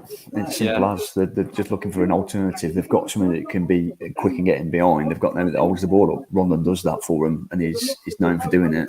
It's as simple as that. Benitez has got him. He's probably on the cheap because they haven't got a lot of money, and they've said that themselves. So they're trying to get somebody in to just try and get them through to January, I suppose, and make sure they don't getting that bottom tier. I also think there's a late move for Traore as well. To Spurs? Yeah. Haven't Wolves said they're not going to sell him regardless? He's changed his agent to George Mendes. Ooh. That tells you straight up he wants that transfer. But doesn't George Mendes have something to do with the board at Wolves? George Mendes has basically signed all of Nuno's players when he was at Wolves. But I think that one's there still because Aurier needs to go as well. Aurier is now third choice right back. They ain't going to keep him on the books just for the sake of keeping him on. Talk about flipping Barca wanting him. It'd be bizarre that if that's the case. Aurier? Oh yeah, because he was rumoured to be part of that deal with the lad who's joined today, isn't it? Yeah. It's a good point. What Glenn's just said there, if Spurs get a draw, they can win something. Spurs couldn't win a one-man raffle. I don't know where he fits in the team. If he goes there, where's he fitting? There's a strange transfer in Belgium. Traore fits in as a wide player with Son playing the more central role because I think they're going to start preparing for Kane to piss off in January. Yeah, in Belgium, I think it's Jack Hendry. He left Celtic to go to Ostende permanently in the summer. He's already gone to fucking Bruges. Yeah, 9 million or something, wasn't it? Yeah. Don't know a lot about him, to be honest. So I can't really comment, to be honest. I don't know nothing about Belgian football, I must admit. Glad again. Nuno's a good manager in my book. I think he's done okay. So I think Spurs are top of the league at the minute, aren't they? Yeah. I think Nuno's Nuno's been brought in to try and turn it around. I think they're preparing for someone like Harry Kane to go, and they're preparing possibly for Ndombele to go as well. And they know that Nuno is the type of player that can pull in these sort of unknown gems like your Ruben Neves is, your Diego Jotas. He can pull them in for a little bit of a cheaper fee. It's cool put in a minute. Max has just said, do you reckon Bellingham will ever come to the Premiership? We actually spoke about that in our group chat earlier. Also, I'd love to see him in the Premiership. Do everything will come over. If he does, it will be to City, won't it, really? I'm not sure. I think it'll be Chelsea. Yeah, it could be, actually. They wanted Asian man at Declan Rice, didn't they? Yeah. Well, it didn't come through, so yeah, maybe they'll go for Bellingham end of the season. Here's one for you. Does Lingard do a late move? Right, so Just in general, does somebody move for Lingard? Because they came out today and openly said Jesse Lingard is still available, but nobody's made any active moves. the only move he'll be making is off his sofa. Like, who really wants him? Imagine someone like Rashford come in and have him at Everton and he's 2 wonders. Smashed it at West Ham that season. I'm saying, back in the last season, he was phenomenal. Max has said that he thinks Leicester should move for him. Yeah. I've missed this one. Move for Jesse What Lingard. about Jesse Lingard? It wouldn't be a bad shout, to be honest, for him. He probably does need to move on as well. But someone mentioned earlier, Leicester haven't had a good window. I think Leicester had a great window. It was Max that said that. They brought in Lookman today from Leipzig. Suits their style of playing, mate. Fast player. Ended up playing quite in the should we say I don't really think of the word here. I don't know if someone's mentioned this, but there's breaking news. Mbappe to sign for Real Madrid on a free transfer next season. Yeah, it's all guaranteed though. It's been on off all season, hasn't it? All window that one, so guaranteed. What's the turn on the money for it? Why turn down nearly 200 million quid and that and go for free? It's the worst business I've ever heard. I don't understand it, mate. To be honest. There you go. You get away with it when you have Qatari blood money. Talking to Serge Aurier, they're terminating his contract. Oh, are they? Yeah. Off to Barcelona. But yeah, back onto Leicester. They've made some great signings. They signed Bertrand on a free. They signed Vestergaard. They've kept Maddison. They've just signed Lookman. They signed someone else as well. I'm sure they did. Well, they were linked to someone else. Oh, they were linked to Hudson-Odoi. Yeah. And Vardy is still one of the best strikers in the Premier League for me. The way he plays with Leicester, mate, I think you pick him up and put him in the team. I think he struggles, mate. I actually do think that about Vardy. I don't think he could play as well in other teams because Leicester style suits him, and I don't think anybody else plays like that. I think it'll be another one. Give it a couple of years, and he'll go and finish his career at Sheffield Wednesday, like Daniel's done with Blues. Potentially. Is that Vardy? Yeah, he loved Wednesday, doesn't he? Absolutely, mate. Neil, we're getting someone else in soon, aren't we? Yes, mate. We're just getting. Matt will be joining us any second. Cam, it's been an absolute pleasure as always, mate. Same as, mate. Nice Cheers talk. for your time, mate. Take care, Cam. Nice one. See ya. Cheers, Cam. Cheers, buddy. Bye. Yeah, thanks again, Cam, for joining us, mate. Yeah, Matt's joining us in a couple of minutes just to kind of go through the back end of the window. Tuffy said here, Mainz West Ham have looked like keeping hold of Rice. I thought after the Euros he would be gone. I generally did. So I think that's that's up there with a great signing for me. Yeah.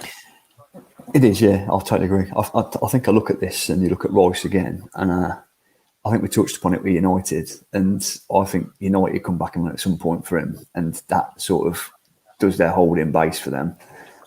He's been linked a few times along with Chelsea as well, didn't they? Yeah, along with Chelsea. But I think whoever stumps up the cash, mate, is going to get him. He's not going to hold out for Chelsea just in case they do. He just end up going to United if United put the money for him. And I think he could be as soon as January if he carries on playing the way he is. Somebody will throw the cash at him and just say we need him, and he would probably help them out a lot there. Yeah.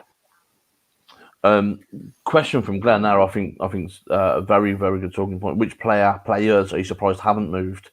I think Lingard's one of them. Jordan Shipley is the biggest surprise. Maddison. Maddison not moving on is probably a big one because he's been probably hawking for it himself a little bit. I thought he probably would get moved on because he's probably been a bit of a disturbance to the Leicester team. He's still got that bit of attitude about him. He thinks he's probably a bit big to his own boots. That's probably why he's not in the England squad as well. That's a big one for me. I'm surprised he's not been moved on. I think one for me, but when you were reading before the season, anytime Chelsea wanted a player, you were reading that Jorginho was going the other way, and it's still there, isn't it? It's just when you wait for Player of the Year. Like in 12 months, he's won the Euros, he's won the Champions League, they won the Euro Super Cup as well. He's had a phenomenal 12 months. He has, right? He has, but it sounds shitty because if he hasn't won them, and it sounds daft saying that, if he hasn't won them, he won't win it, which is obvious. But he's one of those players that goes under the radar because you don't know what he does. Yeah. He gets through games. He probably cruises by. He doesn't score a ton of goals. He doesn't have loads of shots, but he just does what he does without being. He was top scorer last year, weren't he? But all from the penalty spot. Yeah. But you don't know what he does. I think my two are people have mentioned it already. Todd Cantwell. I'm surprised he stayed at Norwich. Great. I thought Villa were going to punt on him with the money that they got off Grealish. Yeah. But the other one that surprised me that stayed where he is, considering all the speculation, was Ruben Neves. Yeah. Considering the Wolves game at Cov, it looked like he was saying bye to the fans. Yeah. I generally thought at the end of the game he was saying bye to the fans. It looked like he was gone. And with teams like Man United sniffing as defensive midfielder, it was a perfect mould. But it surprised me that no one's actually gone, there's the money, we've got a class act, we're going to put him in a Champions League team. Might have been the amount they're asking. I still think another one. I can't believe we haven't mentioned him. Surprised he hasn't moved. Harry Kane. Yeah. I think that's the obvious one, though, isn't it? Yeah. I think the thing is, though, is there's only a couple of teams that can actually afford him, isn't there? So if people aren't willing to take that punt on him, what are they going to do? I think this has been one of the craziest transfer windows ever. If you look 2 months ago, if you would have said to me that Sergio Ramos plays for doesn't play for Real Madrid, he plays for Paris Saint-Germain, Messi plays for Paris Saint-Germain, Ronaldo's back at Man United, Lukaku's back at Chelsea, I would have told you were mental. I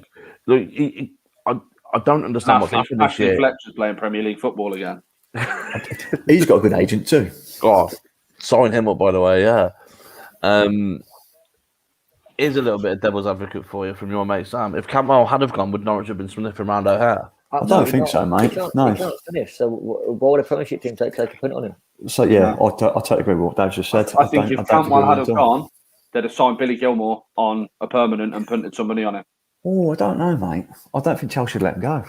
No, I think even if there's 20 million there, and if there's 20 million there, mate, I don't think they'd let him go, mate. Yeah, but even if you got 15, 20 million sitting there, I don't think they'd took it. Well, when do you ever see Norwich paying 20 million quid for a player? And Chelsea don't need the money anyway, do they? When do you ever see Brighton paying more than 10 million for a player? They've just paid 60, 70 million. You've got to do those signings to make statements. I don't know. It's a good point that Sam's made, though, and we've all talked about it, how if he had that final ball and started finishing, he wouldn't be with us, would he, boys? So if he starts turning it on this season, we're going to lose him in the summer. There's a chance we'll lose him in the summer anyway if he carries on playing well, because he's established himself very quickly as a top player in the Championship with his stats. And I know stats don't mean everything, but we get to watch him firsthand. And even watching him on I Follow last year and on Sky, he is a different class, a different grade. Yeah. He's one of the best players we've had in our team, in our squad for, I don't know, the best part of 10, 15 years probably. It's ridiculous how good he is. And he's only going to get better, and it probably isn't with us. So, yeah, it's really unfortunate. We'll see where he ends up. He probably would suit Norwich style of play, though. That's what I would say. Touching on Billy Gilmore, if he didn't have a good Euros, does he still sign for Norwich, or does he sign for us on loan? I think he's always going to sign for a Premiership team as soon as they come sniffing, mate. Simple as. Yeah, well, I mean, if he doesn't have a good Euros, because we were poised to sign him. So I'm not throwing that into the mix, mate. I'm saying if a lower ebbed Premiership team has just been promoted, whether it be Norwich, somebody else, it doesn't really matter, or Cov, you're always going to try and take that crest of a wave and get back to the Premiership, mate, to try and prove yourself there. Because what you do is you prove yourself to Chelsea straight away as a Premiership player, not a Championship player, and that's what he wants to do. He doesn't want to sit there playing for, no disrespect to obviously us as Cov fans or as a team. He will look to put himself on a pedestal by going, actually, if I play at Norwich, I'm going to show myself to be a Premiership player. Doing that in the Championship, they'll go, great, he's done it there, but can he do? And that's always going to be a doubt in his mind. And that's a simple fact for me. Yeah, Matt's joined us. Matt Calvin, hello, mate. Nice for you to join us, mate. How you boys doing? I've been dipping in and out, loving it so far. Cheers, All buddy. good, Matt. How are you, mate? Yeah, all good, thanks, pal. All good, all good. I just dipped in. I think I caught the tail end of you guys discussing O'Hare and that we're lucky to have kept him. Yeah. Yeah, that's right, mate. Pretty much, yeah. I mean, there was a Friday night championship game that I was watching the other week, and before the game, they were just covering the championship in general. And whoever they had on said that they ranked O'Hare in the top 5 championship players. And they were saying exactly what you guys were saying there. It's just the final ball.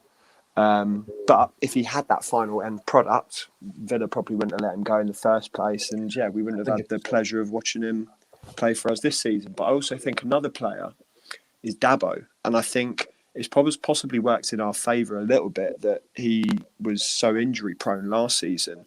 The fact that other clubs probably aren't willing to take that gamble. Also thrown in the mix, obviously, COVID.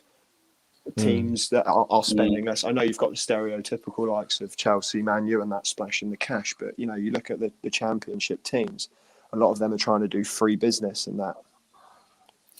Yeah, I think with Dabo, I think the big thing about him is, yeah, he was injury prone. He is a cracking player, and he proved that League One. He's starting to prove it and step it back up again now. I think one thing and it sounds a bit harsh, right, because he's 25, age isn't on his side already. Because he's not played at that top flight level, other than for Tisa and Ham and the UEFA League or whatever it was. Yeah. That's probably the top level he's played at. If he played a lower level Premiership team again and dropped down into the Championship to prove himself, to get back into, he probably would have been snapped up somewhere else. It's just the fact he hasn't, and he's gone off the radar because he's played abroad. And you'll see players do that. They'll go away, get the experience, play abroad. Nobody's heard of them. Look what Mason Mount did. That's a prime example. Stuff will happen like that, and Dabo's done the same. He's going to get better with experience and consistency again, as a lot of the City players will. And it's all key to that, to be honest. He's another one that I would say he has a really good year again. This year, he could get looked at by the people. Yeah, I agree. The question we were talking about there, Matt, before you popped in, which players are you surprised haven't moved in this window? Are there any that kind of jump out at you that you think I'm really shocked that they haven't moved on? I think the main one, as everyone else has said, is O'Hare, Dabo. I think obviously Hamer, we had some interest in Hamer, didn't we? I think with last season, the majority, our better players, apart from O'Hare, are the ones that kept seeming to pick up injuries here and there, which kind of stopped them from having that full run. Like, look at Matty Godden. Matty Godden's a proven goal scorer at his games to goal ratios, but Robbins took a gamble on him, you know, and sometimes it doesn't work out when you take a gamble on these players like Jabello. Jody Jones has been unfortunate, you know, another one to mention. So I think with the business that Robbins has done so far, I'm pleased with. Other than I've got question marks over Waghorn, but I know I'm digressing from the question. I'm interested to know what your thoughts are on Waghorn, though, to be honest, mate. What are your thoughts? Why have you got these reservations around him? So, my belief is that Robbins has brought him in for the experience and the maturity, you know, seeing games out, etc., but also in the changing room and the back room. But on the pitch, from what I have perceived so far this season, I haven't been impressed too much by his ball movement, his finishing. Just to interject there, obviously I've seen you at QPR Saturday, so I know you're at the game. I personally think Waghorn had his best game for a Saturday. How do you think he got on Saturday? Agreed. I think he had his best game for us so far. However, I'd rather, dare I say it, I'd rather see Maxi Biamu have stayed in his position. I think he offers more. I might be blinded by my love for Matt, are you drunk? I'm going to try and interject and say, how can you say that about a proven striker of Waghorn's quality when he's played in the Championship for the best part of his career, minus the part where he went to Scottish Premiership and did well there as well. And his average goals of 9, 10 a season, probably apart from last year. How can you take him and then go, well, I've Biama at the top of that when he's come from nowhere, he's progressed. Fair enough, he's a nice guy, done well for us, but he's nowhere near the level. Nowhere near the level. Just before my answers, and I agree with you, AD, but I don't think Matt's on his own saying that because I've seen it a lot. Oh yeah, I understand that, mate. So for me, in a direct comparison of what I've seen Waghorn in a Coventry shirt and in a Coventry shirt only, for me personally, Max Biamu had more of an impact on games. So can you make that assumption then based upon the fact that Waghorn's played a total of about 200 minutes for City versus Max Biamu's this is what I'm saying. What I have seen of Waghorn so far, I'm not convinced. Now, this is the thing. I'm not getting on his back so far. I'm not, saying what the hell has Robbins done is shit. Yeah. Not at all. But I'm not convinced so far. That's fine. You're told your opinion, mate. It's just opinions. And let's not forget when we have got in players of more experienced, and it hasn't worked out. Now, I'm not going to compare him to Yakubu. But do you know what I mean? For me, what gets me off the seat and what has made me fall in love with the club over the years is the players that have taken the scruff by the neck. Do you know what I mean? The team spirit that's carried us over the line so many occasions. So I like the fact that, and people will slate me for this, I don't know if it'll be online, but the Waghorn came out and defended Gyökeres online, right? And that tells me that he's bought into the club and bought into the fact he wants to play for the club and the team. And if he hadn't done that, I want to doubt him because not many people do it, but I like the fact he's done it because he's a bit more outspoken. And players like that tend to get on well with other players and want them to play with them as well. I realise there might be a little bit of settlement within the dressing room because he's probably our top earner right now, and that might rile people up. But, and equally, Robbins wouldn't have brought him in if he wouldn't have complemented the changing room and the fit around the club. So I do hear that, and do you know what I mean? I'm willing to give him more time, but I would rather see someone like Big Vic and Walker, or obviously Big Vic and Matty Godden, now he's coming back from injury, starting up top. For me, Waghorn's a substitute and more of an impact in the changing room. It is a question, Matt. I'm going to play devil's advocate as well, mate. Obviously, that's your opinion on Waghorn after 3, 4, 5 games. So for me as well, people are jumping to conclusions already saying Ben Sheaf is a great player now. But again, Ben Sheaf's been a great player for 4 or 5 games. So it's playing devil's advocate, isn't it? I wasn't a massive fan of Sheaf last year. I think he's been good so far this year. But I'm not going to say he's a brilliant player because I'm not judging a player after 4 or 5 games. So I think with Waghorn, my personal opinion, give him time, and I think you'll see McNulty in League 2. I think Waghorn will really come good. I was just going to mention the whole McNulty comparison. If we judge McNulty on the same amount of time we have Waghorn, would he have gone on and scored the goals he did to get us promoted? I couldn't agree more with you guys. I couldn't agree more. But that's what I'm saying. So far, I was hoping that he had more of him. And that's also, going back to the Sheaf discussion of last season, obviously, he completely tore the fan base on opinion. Yeah. For me, I'm the same as you, David. Last season, wasn't fully convinced. But is that because he's come from Arsenal? Because he's been on their books for 12 years? Have you got a higher expectation of him? Maybe, yeah, it's a great point. Is Waghorn this season Sheaf? In the fact that our fan base always has a scapegoat, always has someone that they get on the back of. Yeah. Last season it was Sheaf, and that seems to have been forgotten about. Whereas, Waghorn on Saturday, I heard people around us shouting about Waghorn. I'm just thinking, he's having his best game he's played for us. You've got to give him a bit of time. Is he that guy this season? I think he could be, mate. This is for me. He could be because I think Owen touched upon it earlier, and I've said it as well. If he doesn't come in and doesn't score 15 goals, it's seen as an instant failure because that's what people are expecting. And it doesn't have to hit 15 goals for me. He could hit 5, 6, 7, 8 goals because those goals could be imperative to our survival or even getting us further up the table. And I've got no doubt he will do that. He just needs to have one go in for him, and he'll hit the ball rolling, and that'll be it. He'll start scoring. I think the other thing for me is thinking it'd be nice to get an opinion on this call again about Gyökeres last season to Gyökeres this season, because that for me, and I know we've talked about it a little bit, but what's your opinion on Gyökeres last season? Truthfully. But me personally, I rated him last season. My tweets will prove that. I rated him last season as well, but not as highly as this season. This season, he's kicked on even more. He's an absolute beast. But yeah, same as you, David. Matt, I've got a question for you. It's not regarding Gyökeres, but I think, did you go to the Wickham game last year? Yes, mate. I did. Yes, he had the press. So yeah, Matt, you were one of the only people really last year to see Hamer live in person. Yep. Did you know? I know it was only 90 minutes, and we've said you can't judge a player after seeing him for 90 minutes. But did you know then how good he was after you first seen him? Yeah, when that's the thing with watching it live versus cameras, you can see what the players doing off the ball and how they're commanding that area. And what he was doing was pulling two men out of position every time because they knew that he could either dribble with the ball, pick a pass out from 40 yards out as well.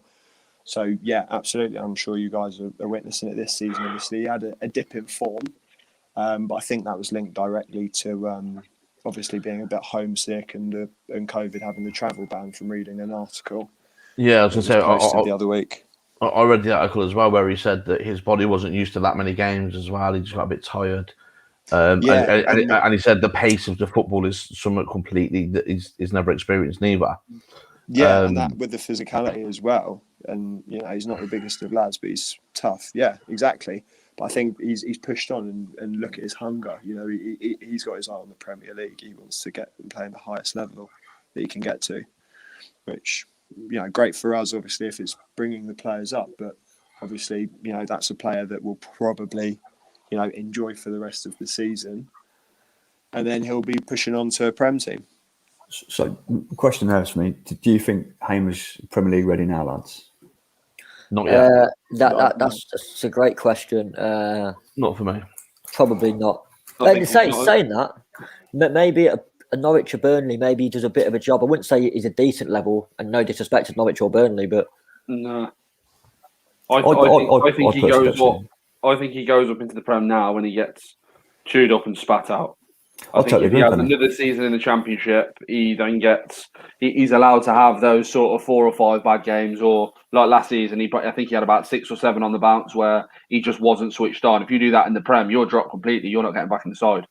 I totally agree, mate. I don't think he's ready yet. I think he needs a decent couple of seasons again. Yeah. Championship, learns his trade. He probably does get a secure move, whether it's going to be lower end Prem side, like we said about Ben Gilmore again, proves his worth, and he might have to go again. But he's got aspirations to play the Champions League. I think Hamer has. I think he was talking about that. At the moment, I look at him and think he's never going to play that level at the moment unless he has a meteoric rise, because he just doesn't got that in his locker right now for me. Matt, here's a question for you, mate. And another one that really does divide opinion. What's your thoughts on Tyler Walker? I rate Tyler Walker a lot. I think well. From looking last season, I was having quite a few discussions on this topic with other fans, and when I was looking at goal to game ratio, I can't plug that out at the top of my head, but it was good. And I think it was almost on par with Matty Godden's. I think he's a finisher. He's not the type of player that Victor Gyökeres is, but I think we all know that, and that's why I think he would complement Big Vic. But yeah, I highly rate him, and I think if he could just get a good run in and not get injured. Last season, he put in a shift for us, didn't he? And he got quite a few goals for us, if I'm not mistaken. Neil, I know you feel a little bit differently on this, so I'm going to open it back up. I'm going to back up to you, mate. Yeah. What's your thoughts then, mate? I ain't having them, mate. I ain't having them. The one thing I will say, and Dave said this on Saturday, when he said it was like, yeah, you're spot on. He said he reminds me of Jay Bothroyd. In the fact that he looks so uninterested, he looks a bit arrogant, but he's got bags of ability, and I think he has. I think it's the whole horses for courses argument. I just don't think Tyler Walker suits Coventry, and he'll go elsewhere and he'll score goals, and I have no question about that. I just don't think he's a fit for us. For me, I'm just going to say like I'm sticking up for him. I'm a huge fan of Tyler Walker, and I do think if he plays every week and he stays fit, I think he scores 15, 20 goals. But for me, he's been unlucky. He's come here, he had an injury, then he had COVID. again, it sounds like I'm sticking up for him, but he's not had the best luck since he's been here, has he? But I'll totally agree with Dave. I've said the same thing, mate. He's a decent finisher. He's not had the chance to prove it yet because he's consistently, he's not had the chance to get game time. He's been injured. He's been out of the squad. He's had COVID. You look at it and think he's just had no luck at all. And you get players like that, and as Neil's touched upon, he'll either work out from there at some point, or we'll have to shift him on and go, you know what, you can be third, fourth choice striker, and he's not going to enjoy that. And you have to suck it up and go, you're either going to accept it or you can get moved on. And he'll end up being down at like League One again. And he'll bag again. And he'll bag goals and he'll get a big move again. And he'll work out from somewhere. Like I think we talked upon it earlier. Clark Harris. Yeah. Absolutely bollocks for us, really, when you look at it. And some people say, oh, I liked him. It was a bit of a shithouse. He wasn't. He was lacklustre at best of times. Didn't score a lot of goals. Could hardly hold the ball up. Fell on the floor a lot, in my opinion. Clark Harris didn't suit our style of play. Went elsewhere. Found someone that suited his style of play and bangs him in left, right, and centre. So it's horse for course, as Neil says. Whether he fits our style of play in the future, I don't know. But I'd like to see him do well because for the first time in a long time, we've got 4 strikers that are capable of scoring goals. And that I agree with, Ed. And Sam's comment that I've highlighted below, I think, again, is spot on and goes back to that Bothroyd sort of comparison. Decent finisher, but his body language that draws attention. And I think you can tell there's a finisher there. He scored goals everywhere he's been. You know, whether that was Stevenage, Mansfield, Lincoln. I get that's lower leagues, but so did Godden, and he's gone through the leagues with us. I just feel like I want to give him a slap and just say, mate, come on, just give me something, because that's what I feel.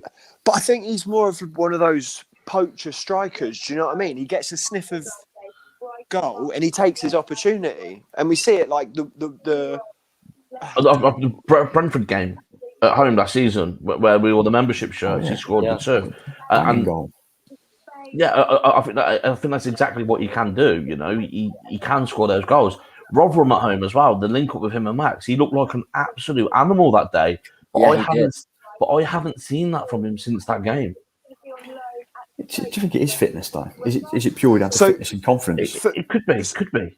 Can we go back? Sorry to jump in. It's relevant to the Waghorn bit, right? Barnsley away. Do you remember when Walker went off injured? For me, we didn't look as threatening when he went off. We then did when we brought Allen back on later on in the game, and I know we controlled the game. But for me, attacking wise, when we had Walker up front with Big Vic, we looked dangerous. But when Waghorn came on, it changed the whole dynamics of the team. And so I actually think Walker does suit our style of play, especially when you've got someone like Big Vic running his legs off, and the options, Walker will move into the space that he's creating. I'll be honest, mate, I agree with that.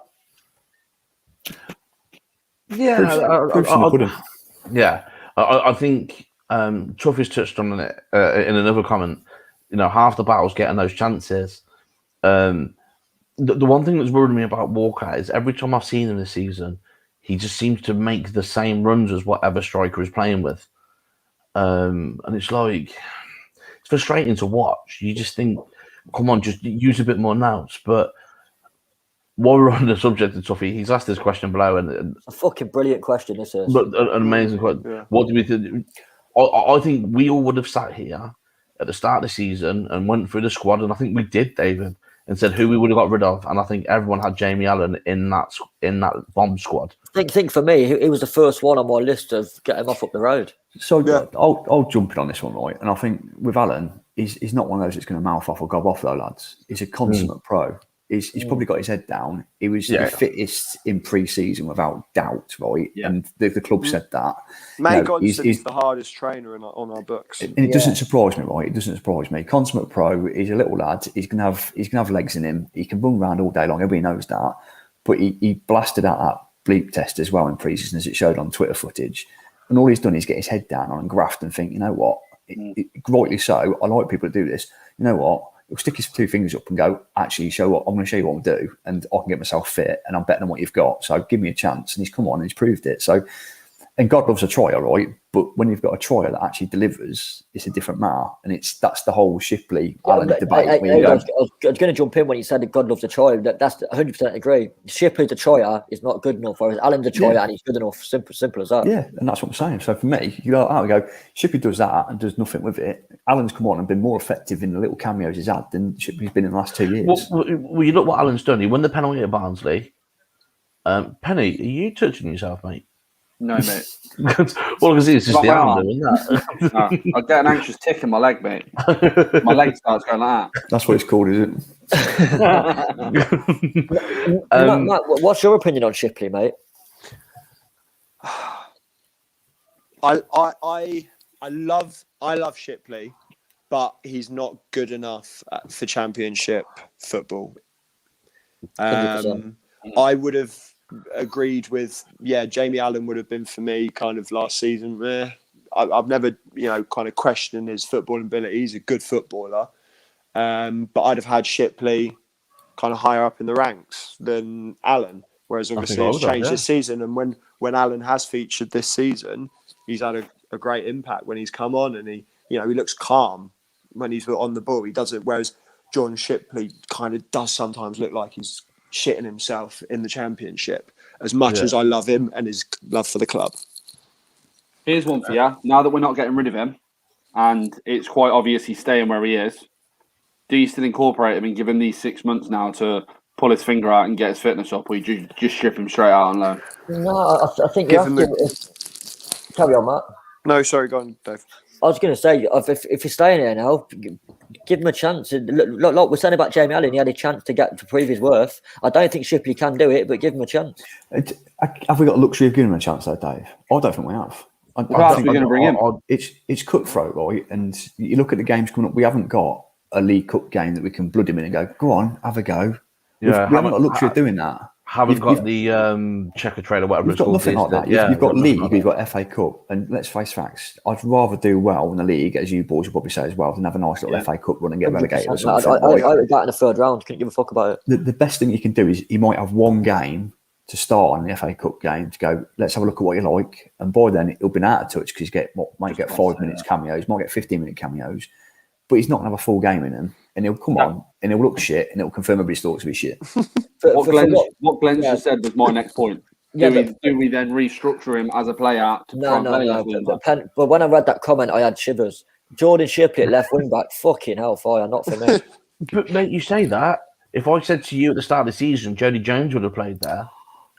The difference is Jody Jones has still got a little bit of pace about it, and Jordan Shipley's about 3 stone overweight. You can't play. I'm going to shake that at Jody Jones at left wing back as well, though, mate, because he played a little bit at Forest, and I've seen him at Forest there, and he knocked the ball and got floored.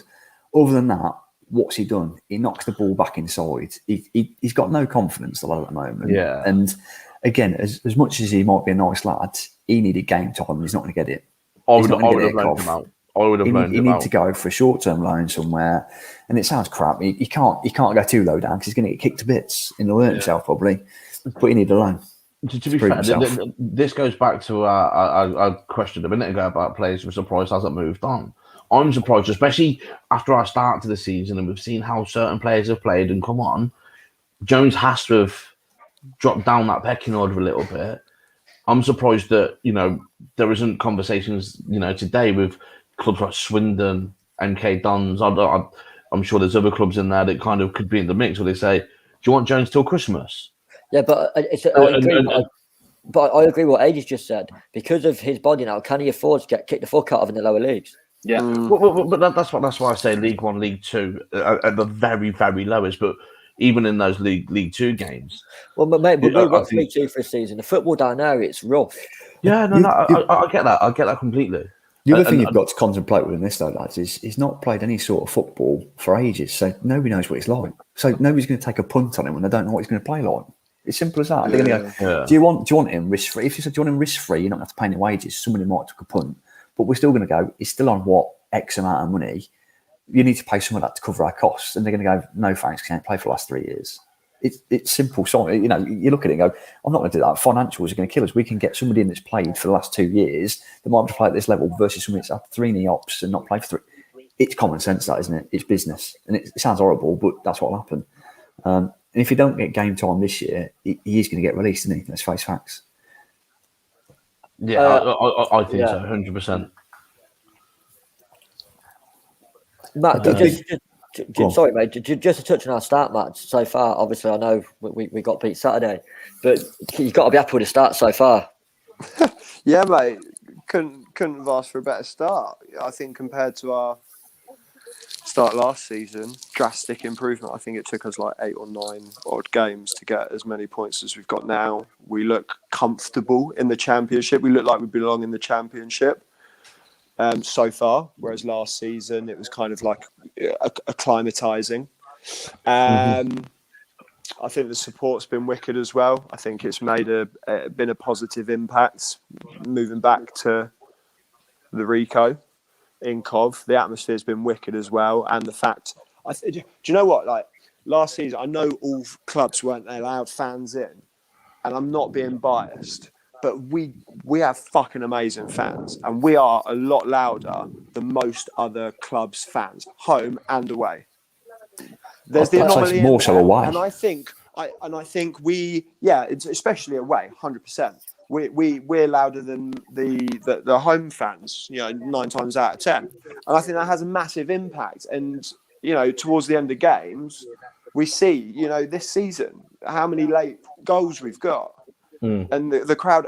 So I think that's had a massive impact on. And well, Robbins has even said he believes it's had an impact so far this season. So yeah, couldn't have asked for a better start. Especially after the pre-season, and I know they say you can't judge it, but I went to Cheltenham away, and I was worried, but happy days. But where I'll jump in now, Matt, I agree. I think the fans home and away are brilliant, but it's the fans who go. And I don't know about you boys, so it's a question to everyone really. I'm still quite disappointed with the following we took to Barnsley, and we could have had more for QPR, but the club wouldn't take them because they wouldn't think we'd sell them. So for me, I know people are a bit skint with COVID, but we've not been allowed in grounds for how long? We should have been fucking starting out every away game months in advance, and we haven't, and it's quite disappointing. I drove up from High Wycombe, so yeah, I don't understand it, mate. Exactly. I think a lot of that is the way that they've been released. I think Barnes got released for 6 days before the game. Yeah, it did, but the fixtures were also but let's released not in forget June, Bolton. Do you not remember the opening game of the season one time, Bolton away, and we couldn't buy the tickets till like 24 hours, 48 hours before, and we sold it out. Yeah, that's a fucking great point. To be fair, that was a hell of a bloody point. Bolton members still get the bloody emails. But I think the whole 1 ticket per season ticket holder, and even when it got to general sale, it was 1 per person. The Barnsley game, why they made that an all ticket the day before the game baffles me, because I think a lot of people would have just gone up on the day. QPR baffled me as well, because looking around, I thought there was loads of they looked like there was still space. But Blackpool was another one where it was pay on the gate, and I'm surprised a couple more didn't make the effort on the day. Don't get me wrong, I've been lucky enough to go to every single game this year, and I know some people haven't for whatever reason, and that's fine. But when you've got 10,000 season ticket holders, you expect the away allocation to go like that, surely. Yeah, I'm going to play devil's advocate with you there, Neil, because looking at it from an events point of view, we've found that people are still they're not confident in coming out, they're not confident in sitting in crowds, and that throws another curveball into it as to why we're not selling out. Yeah, I know we're all vaxxed and all that shit, but good point. A lot of the elderly fans are still panicking. Yeah, I agree, but at the same time, when you look around the crowd at those away games, there's plenty of people of all generations there. It's not like it's just the young lads. It's varied. People of all ages are still not confident in going out. I'm not sure it's to do with that. I think it's a ticket system that's caused the issues, mate. To be honest, I hear you, Penny. It hasn't people like that. Of it.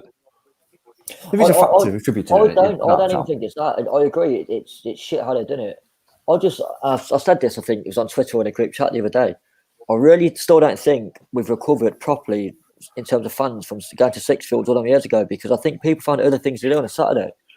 Yeah. Generation's been missed, mate. If you look at it from that, absolutely, more or less, you know, there's. I take my lad, and he went to his first proper game, should we say, at Cov. Forest game, wasn't it? Yeah, the Forest game, and he's 6, so he's been itching. But it's the first time I've had a chance to take him. It's ridiculous when you look at it like that. And then, you know, my nephews who go with me as well, they've missed it for X amount of years. I mean, don't get me wrong, I think they made the trip to Blues. Fair play to them at like 6 and 7. I know we go in, but they're still saying, you know, they're trying to understand why we moved, and he's trying to understand it to them. You know, as kids, if we can't understand it as adults why we've moved about and why we've been treated the way we are, how can you explain that to kids? Let alone fans that you're trying to pick up from local schools. They just won't understand why Cov aren't playing in Cov, so they won't be interested. Yeah. I think also people have got might be a bit tight for cash in it. Yeah, there's that too. Do you know what I mean? Like, especially with going to away COVID. games. Yeah. Yeah, and I get that completely. I think a lot of people also kind of over the last 2 years may have got a different routine, got used to not going to the football on a Saturday, maybe work commitments have changed, etc. You know, I think that there's definitely things that kind of have changed over the last couple of years. But I do agree. I think we really should be sort of pulling more to away games. The one thing I will say though is the atmosphere at every away game's been phenomenal. So I've got a bit of a group question, and it's about ticket pricing, allocation, categories. Do we think we've missed the trick by being a complete knobheads by categorising games as 1, 2, or 3, or A, B, and C, and pricing people out of stuff? Because I think it's horrendous, to be honest. I agree 100%. We're a working class city. We're pricing a working class fans out of the game. Couldn't agree more. Is the ticket price not down to league regulations as well, though? It's just, I think there's a bit of that to do with it, mate. But to price something like the Forest game, which was, I think it was on Sky, class as a Cat A game, 31, 33 quid, was it? It's scandalous. It shouldn't be priced as that. If I'm the same honest, going to be the Fulham game, right? The Fulham game's going to be on Sky when it's rearranged, and it's going to be priced exactly the same because they're going to be a category 18, and it's ridiculous, 33 quid, and it comes that down to it. And I know I've spoken about German football a bit. They've got a sensible pricing, regime, and most tickets are 20, 25 quid. And the old 20 is plenty. It needs to be reintroduced, reinforced, and sorted out because it's horrendous. We, as Cov fans, if you've got a season ticket, which I don't know about us, I know most of us have, we've got a good deal on it when you look up and down. I think Notts County's season ticket this season is something like 550 quid. That's Notts County. It's ridiculously priced. Then you take consideration what we've paid as early birds, and we've got it absolutely steal. Then you're asking people to pay 33 quid that may not have got one. And I look at it and think, other than not being able to afford a season ticket as a first up price, what have they done wrong other than want to support a club in the city to pay that money? And it's a disgrace, to be honest, that one. That's my hot take for today. I agree. Go on, Matt. Well, I agree. It's a working class sport. If I took my missus to the Forest game, I've got a season ticket, and I was disgusted that I had to pay 33 quid to take her with me. And I know that's what Forest fans paid. And I thought, I've got a season ticket. I'm the home supporters. I had no. And equally, for your average fan, I think most fans, if they could afford it, if they had, endless cash, would have a season ticket for the games that they could go to. Because even if you can't make every home game, it still costs in. So to kind of almost then kind of put your finger up at them because they couldn't afford that commitment outright, I think it is disgusting. And I think to change the pricing and all that, surely it would rather get 30,000 or 28,000 in there that are paying 20 quid versus 12,000 on average, when it's winter and it's cold, than having them in for 33 quid. I think it's a good point that Dex just made there, Matt, and you can comment on this because he's put our fringe fans have always had a reason not to go, in my opinion, whether that be money, seesaw, or travel. I asked you the question, Matt, because you travel up from High Wycombe for every game. For me, I'd spend my last penny on Cov and going to Cov. It's my number one thing. Do you know what I mean? Yeah. Like, it's what I look forward to. It's what I live for. But that's because that's what I've been doing since I was 4 years old. So for me, yeah, I'm fortunate enough that I am able to do it, but people know how I prioritize it in all ways. Do you know what I mean? Like, so yeah, I just it depends on, but I guess everyone has like different priorities. You know, my number one priority in life is kind of going to Cov games. So is mine, to be fair. Simple as that. Like, do you know what I mean? Like the last season for me was fucking miserable and horrendous because I couldn't go to the games. So it was almost like I didn't have my vice, I didn't have my outlet, and so for me, it doesn't matter how much the tickets are. But equally, here's a massive curveball into this conversation. I would rather. That is a massive curveball. He's dropped off on that bombshell. Boys, I've got to jump off as well. Penny, see you later, mate. Always a pleasure. Take it easy. Cheers, Penny, mate. Just while we are talking about money and prices there, something that is good value for money is ccfcfanstore.co.uk, and you can actually get 15% off if you use the code WTCPod. I want to know what Matt was going to say.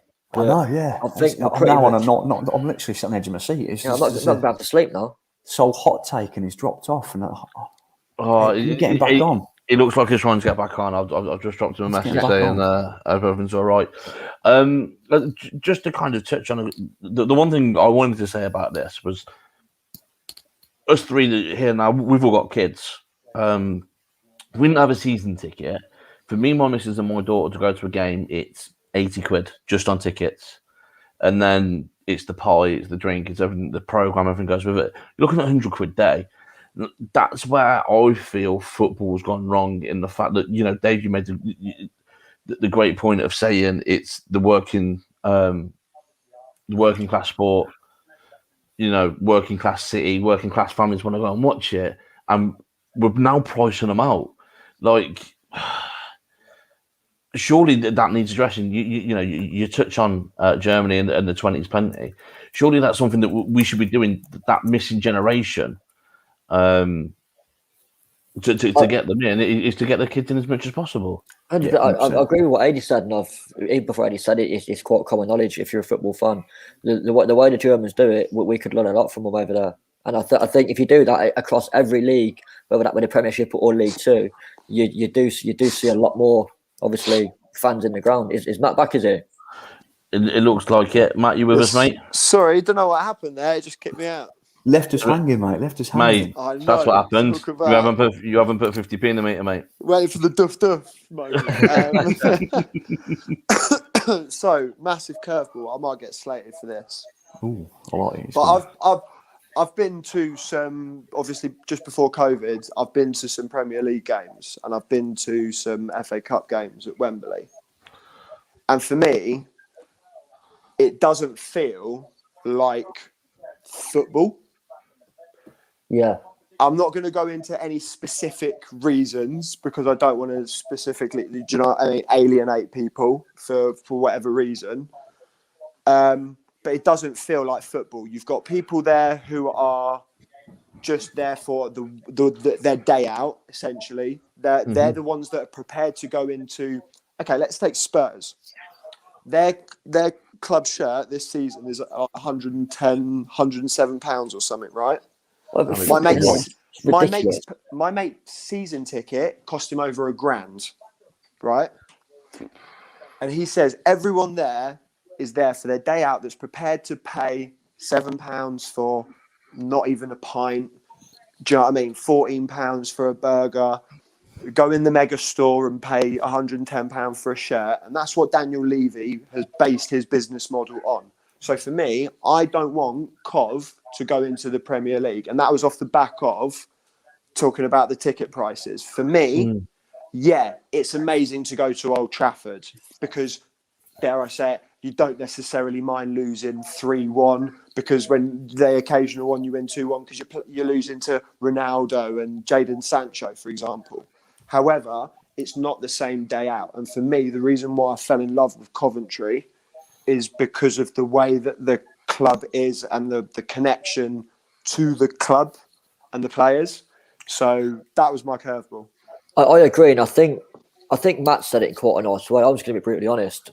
What he's talking about is the prawn sandwich brigade, and they ruin the game. Simple as that. Yeah. No, I think you're right, mate. I occasionally take a pack lunch to a football game. I've got time when I'm You high Wycombe fucker. driving up from M40. But do you know what I mean? That's why I didn't want to go into specifics. But yeah, as Dave's put it, as it's been, named now, the prawn sandwich brigade. Do you know what I mean? You go to Wembley, you got to fucking pick a mix stand. Are you having a laugh, mate? Honestly. Sounded proper cocky then, kid. Like the pizza, honestly, I queued for a pizza. I was like, I have a margarita, please. £11, a fucking slice. I thought I was getting a whole pizza. That for me is not football. Do you know what I mean? The atmosphere, people going in suits. Do you know what I mean? Not that there's anything wrong going dressed smartly to football. Do you know what I mean? That's why I don't want specifics, but you know what I'm getting at. The atmosphere 100%. is completely different. That's why a lot of my mates down south, they haven't renewed their season ticket at Arsenal. He's like, I'm surrounded by fucking Americans. Also because they're asking what kit we're playing in. Do you know what I mean? So that's why I'm happy with Championship football. It's more affordable than the Premier League, even though some tickets are extortionately priced. But it's proper English football for me. Just before we finish up, Glenn's made a great point. I want to touch on it. I'm going to get a bit of a rant here. Glenn said, does the club need a big FA Cup title at the Rico in January to reignite the fan base and get casual fans back watching Cov? And no, we don't. And I'm going to go on a rant here, and it still pisses me off to this day. The Gillingham game back at the Rico on a Friday night on telly, there's 30,000 people there. I was there the next week when we beat Yeovil 2-1 in front of 7,000. It does my fucking head in. So you can have a big game all you want and a big FA Cup title. And yeah, everyone will go. And then the next week you'll be like going to a fucking funeral again. Well, case in point here, the Chelsea game. Yes. In the FA Cup, I didn't go.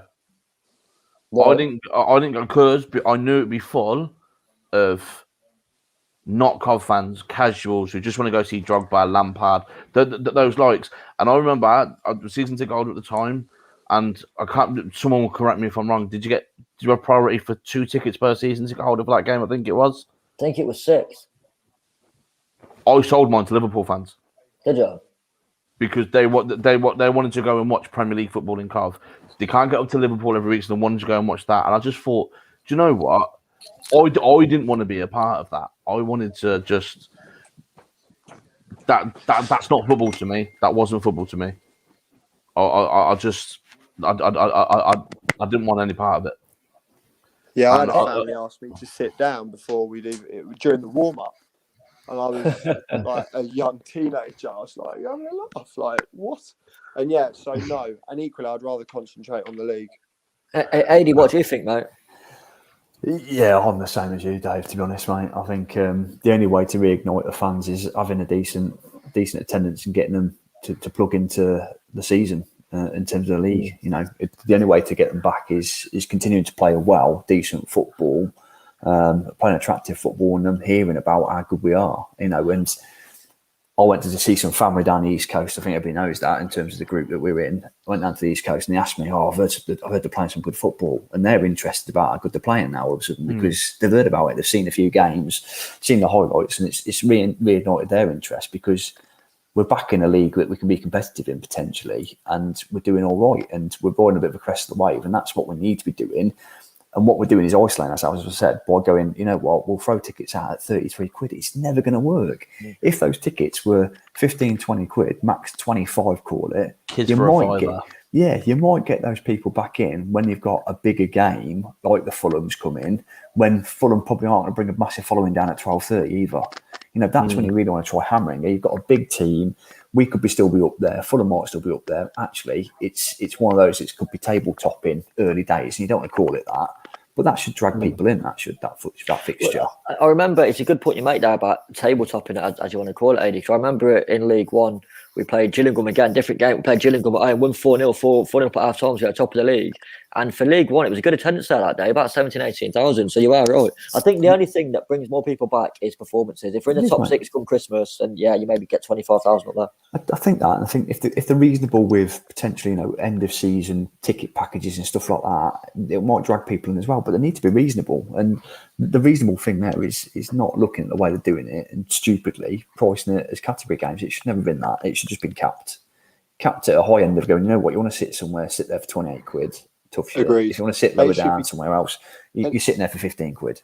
And it should be discounted for season ticket holders as well, and we should pay less than the away fans as well. Yeah, I'll totally agree with that as well. Well, but what Tuffy's just said there, I don't know if that's true.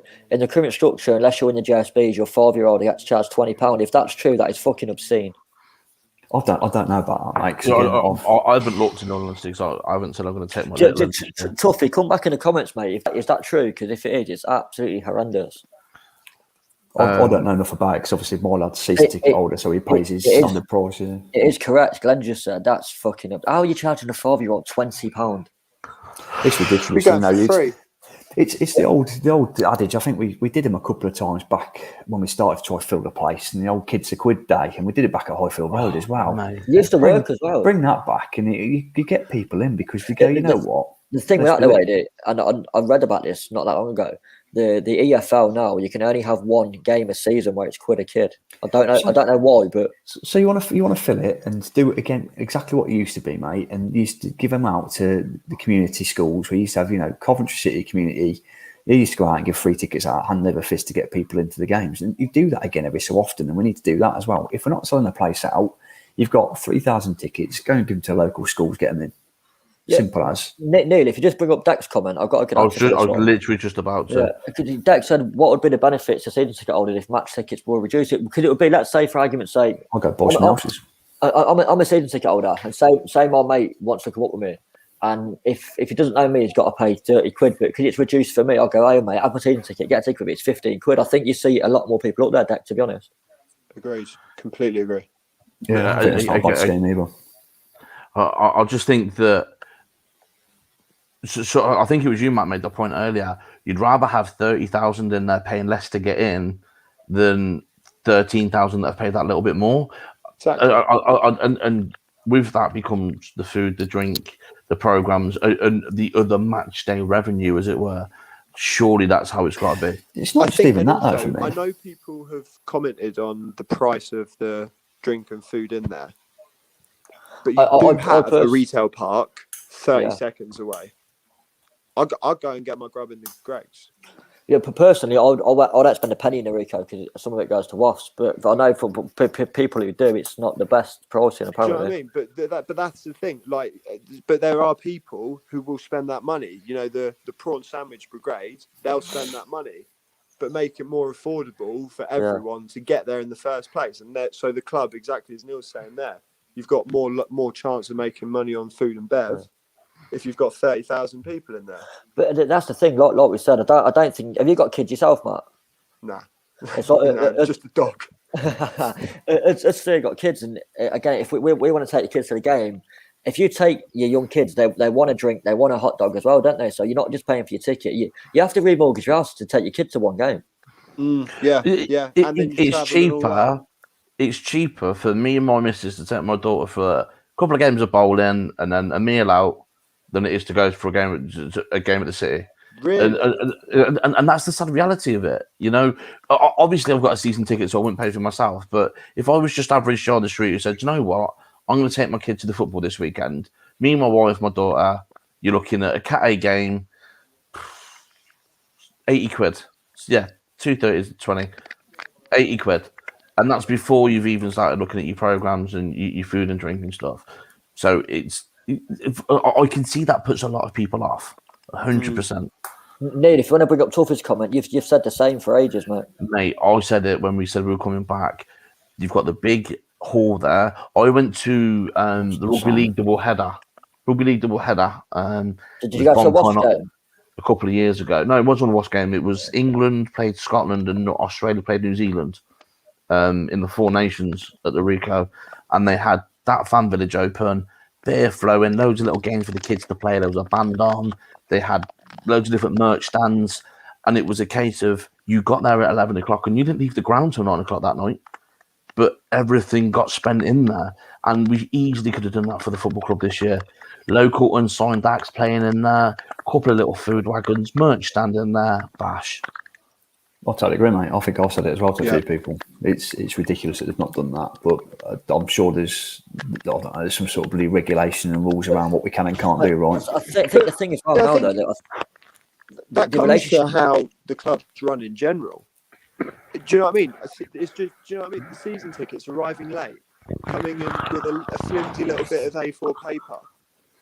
Most season tickets in the Championship and the Premier League come in a little box. You get a little key ring, little gifts.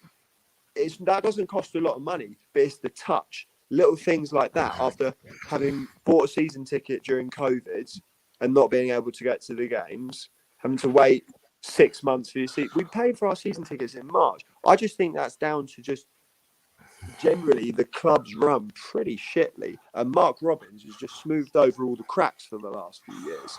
And I think I've noticed in the last year or two, we seem to have got someone new on our social media as well, and it seems to be a bit more interactive with the fans as well. So that's a step in the right direction. But all of these things, it just shows the lack of ownership and management behind the doors. I agree. And the only thing I will say, and as tough you will know, I absolutely despise Wasps. I can't stand them. Anyone in the group chat with me will know that as well from the other day. But one thing I will say, I think the relationship is the best it's ever been at the minute, because they're pretty much letting us do what we want when we want, which is good. And that's probably the nice thing I'll ever say about them. Still out there burnt to the ground, but I think at the minute, well, jelly and ice cream and Wasps go bust. The city is ours. But yeah, in all seriousness, I do think at the minute the relationship between the club and the Wasps is quite good. You know what? On that bombshell, we should cut this, because that's going to be the confining comment of the night. I think that Dave's just said that. Matt, it's been an absolute pleasure, mate. And we'll have a beer again at Millwall. Yeah, nice one. Thanks for having me on, boys. It's been a good show. Really appreciate it, mate. Cheers, mate. Take care, lads. See you at the next game. See you later, mate. That's it, boys. Just before we go again, just remember to have a little look on it. I think someone actually asked as well. It was can't think it was. Now that's what the sizes are like. It's hard because I'm about 3 stone wet through, and Neil's about 33 stone, so we can't really judge sizes. But they are really well made. If you want to have a look in ccfcfanstore.co.uk, use our discount code as well. Save yourself some money. WTC Pod for 15% off. AD, pleasure as always, mate. And you, Neil. Nice yes, one, guys. The transfer window is slammed shut, so I'm going to catch up on it a little bit now to see what was missed out. Last biggest minute transfer was Rondon to Everton was done in the last seconds. Other than that, I think it was what we went through.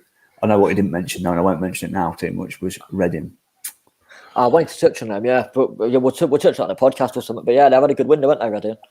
It's been a strange one. We'll say that. Yeah, 100%. Right, people watching, whether you're watching live or you're watching the repeat, if you've lasted this long, fair play to you. Really appreciate it. Don't forget to like, subscribe, share with all your mates. Doesn't cost anything. It does us lots of favours. So, yeah, if you can do that, great. Follow us all on our social medias, and yeah, we'll see you guys soon. I can't believe you just said like, subscribe, and share. You mate, we've got to. We're on YouTube now, mate. We've got to do this. You've got that shocking face now, Dave.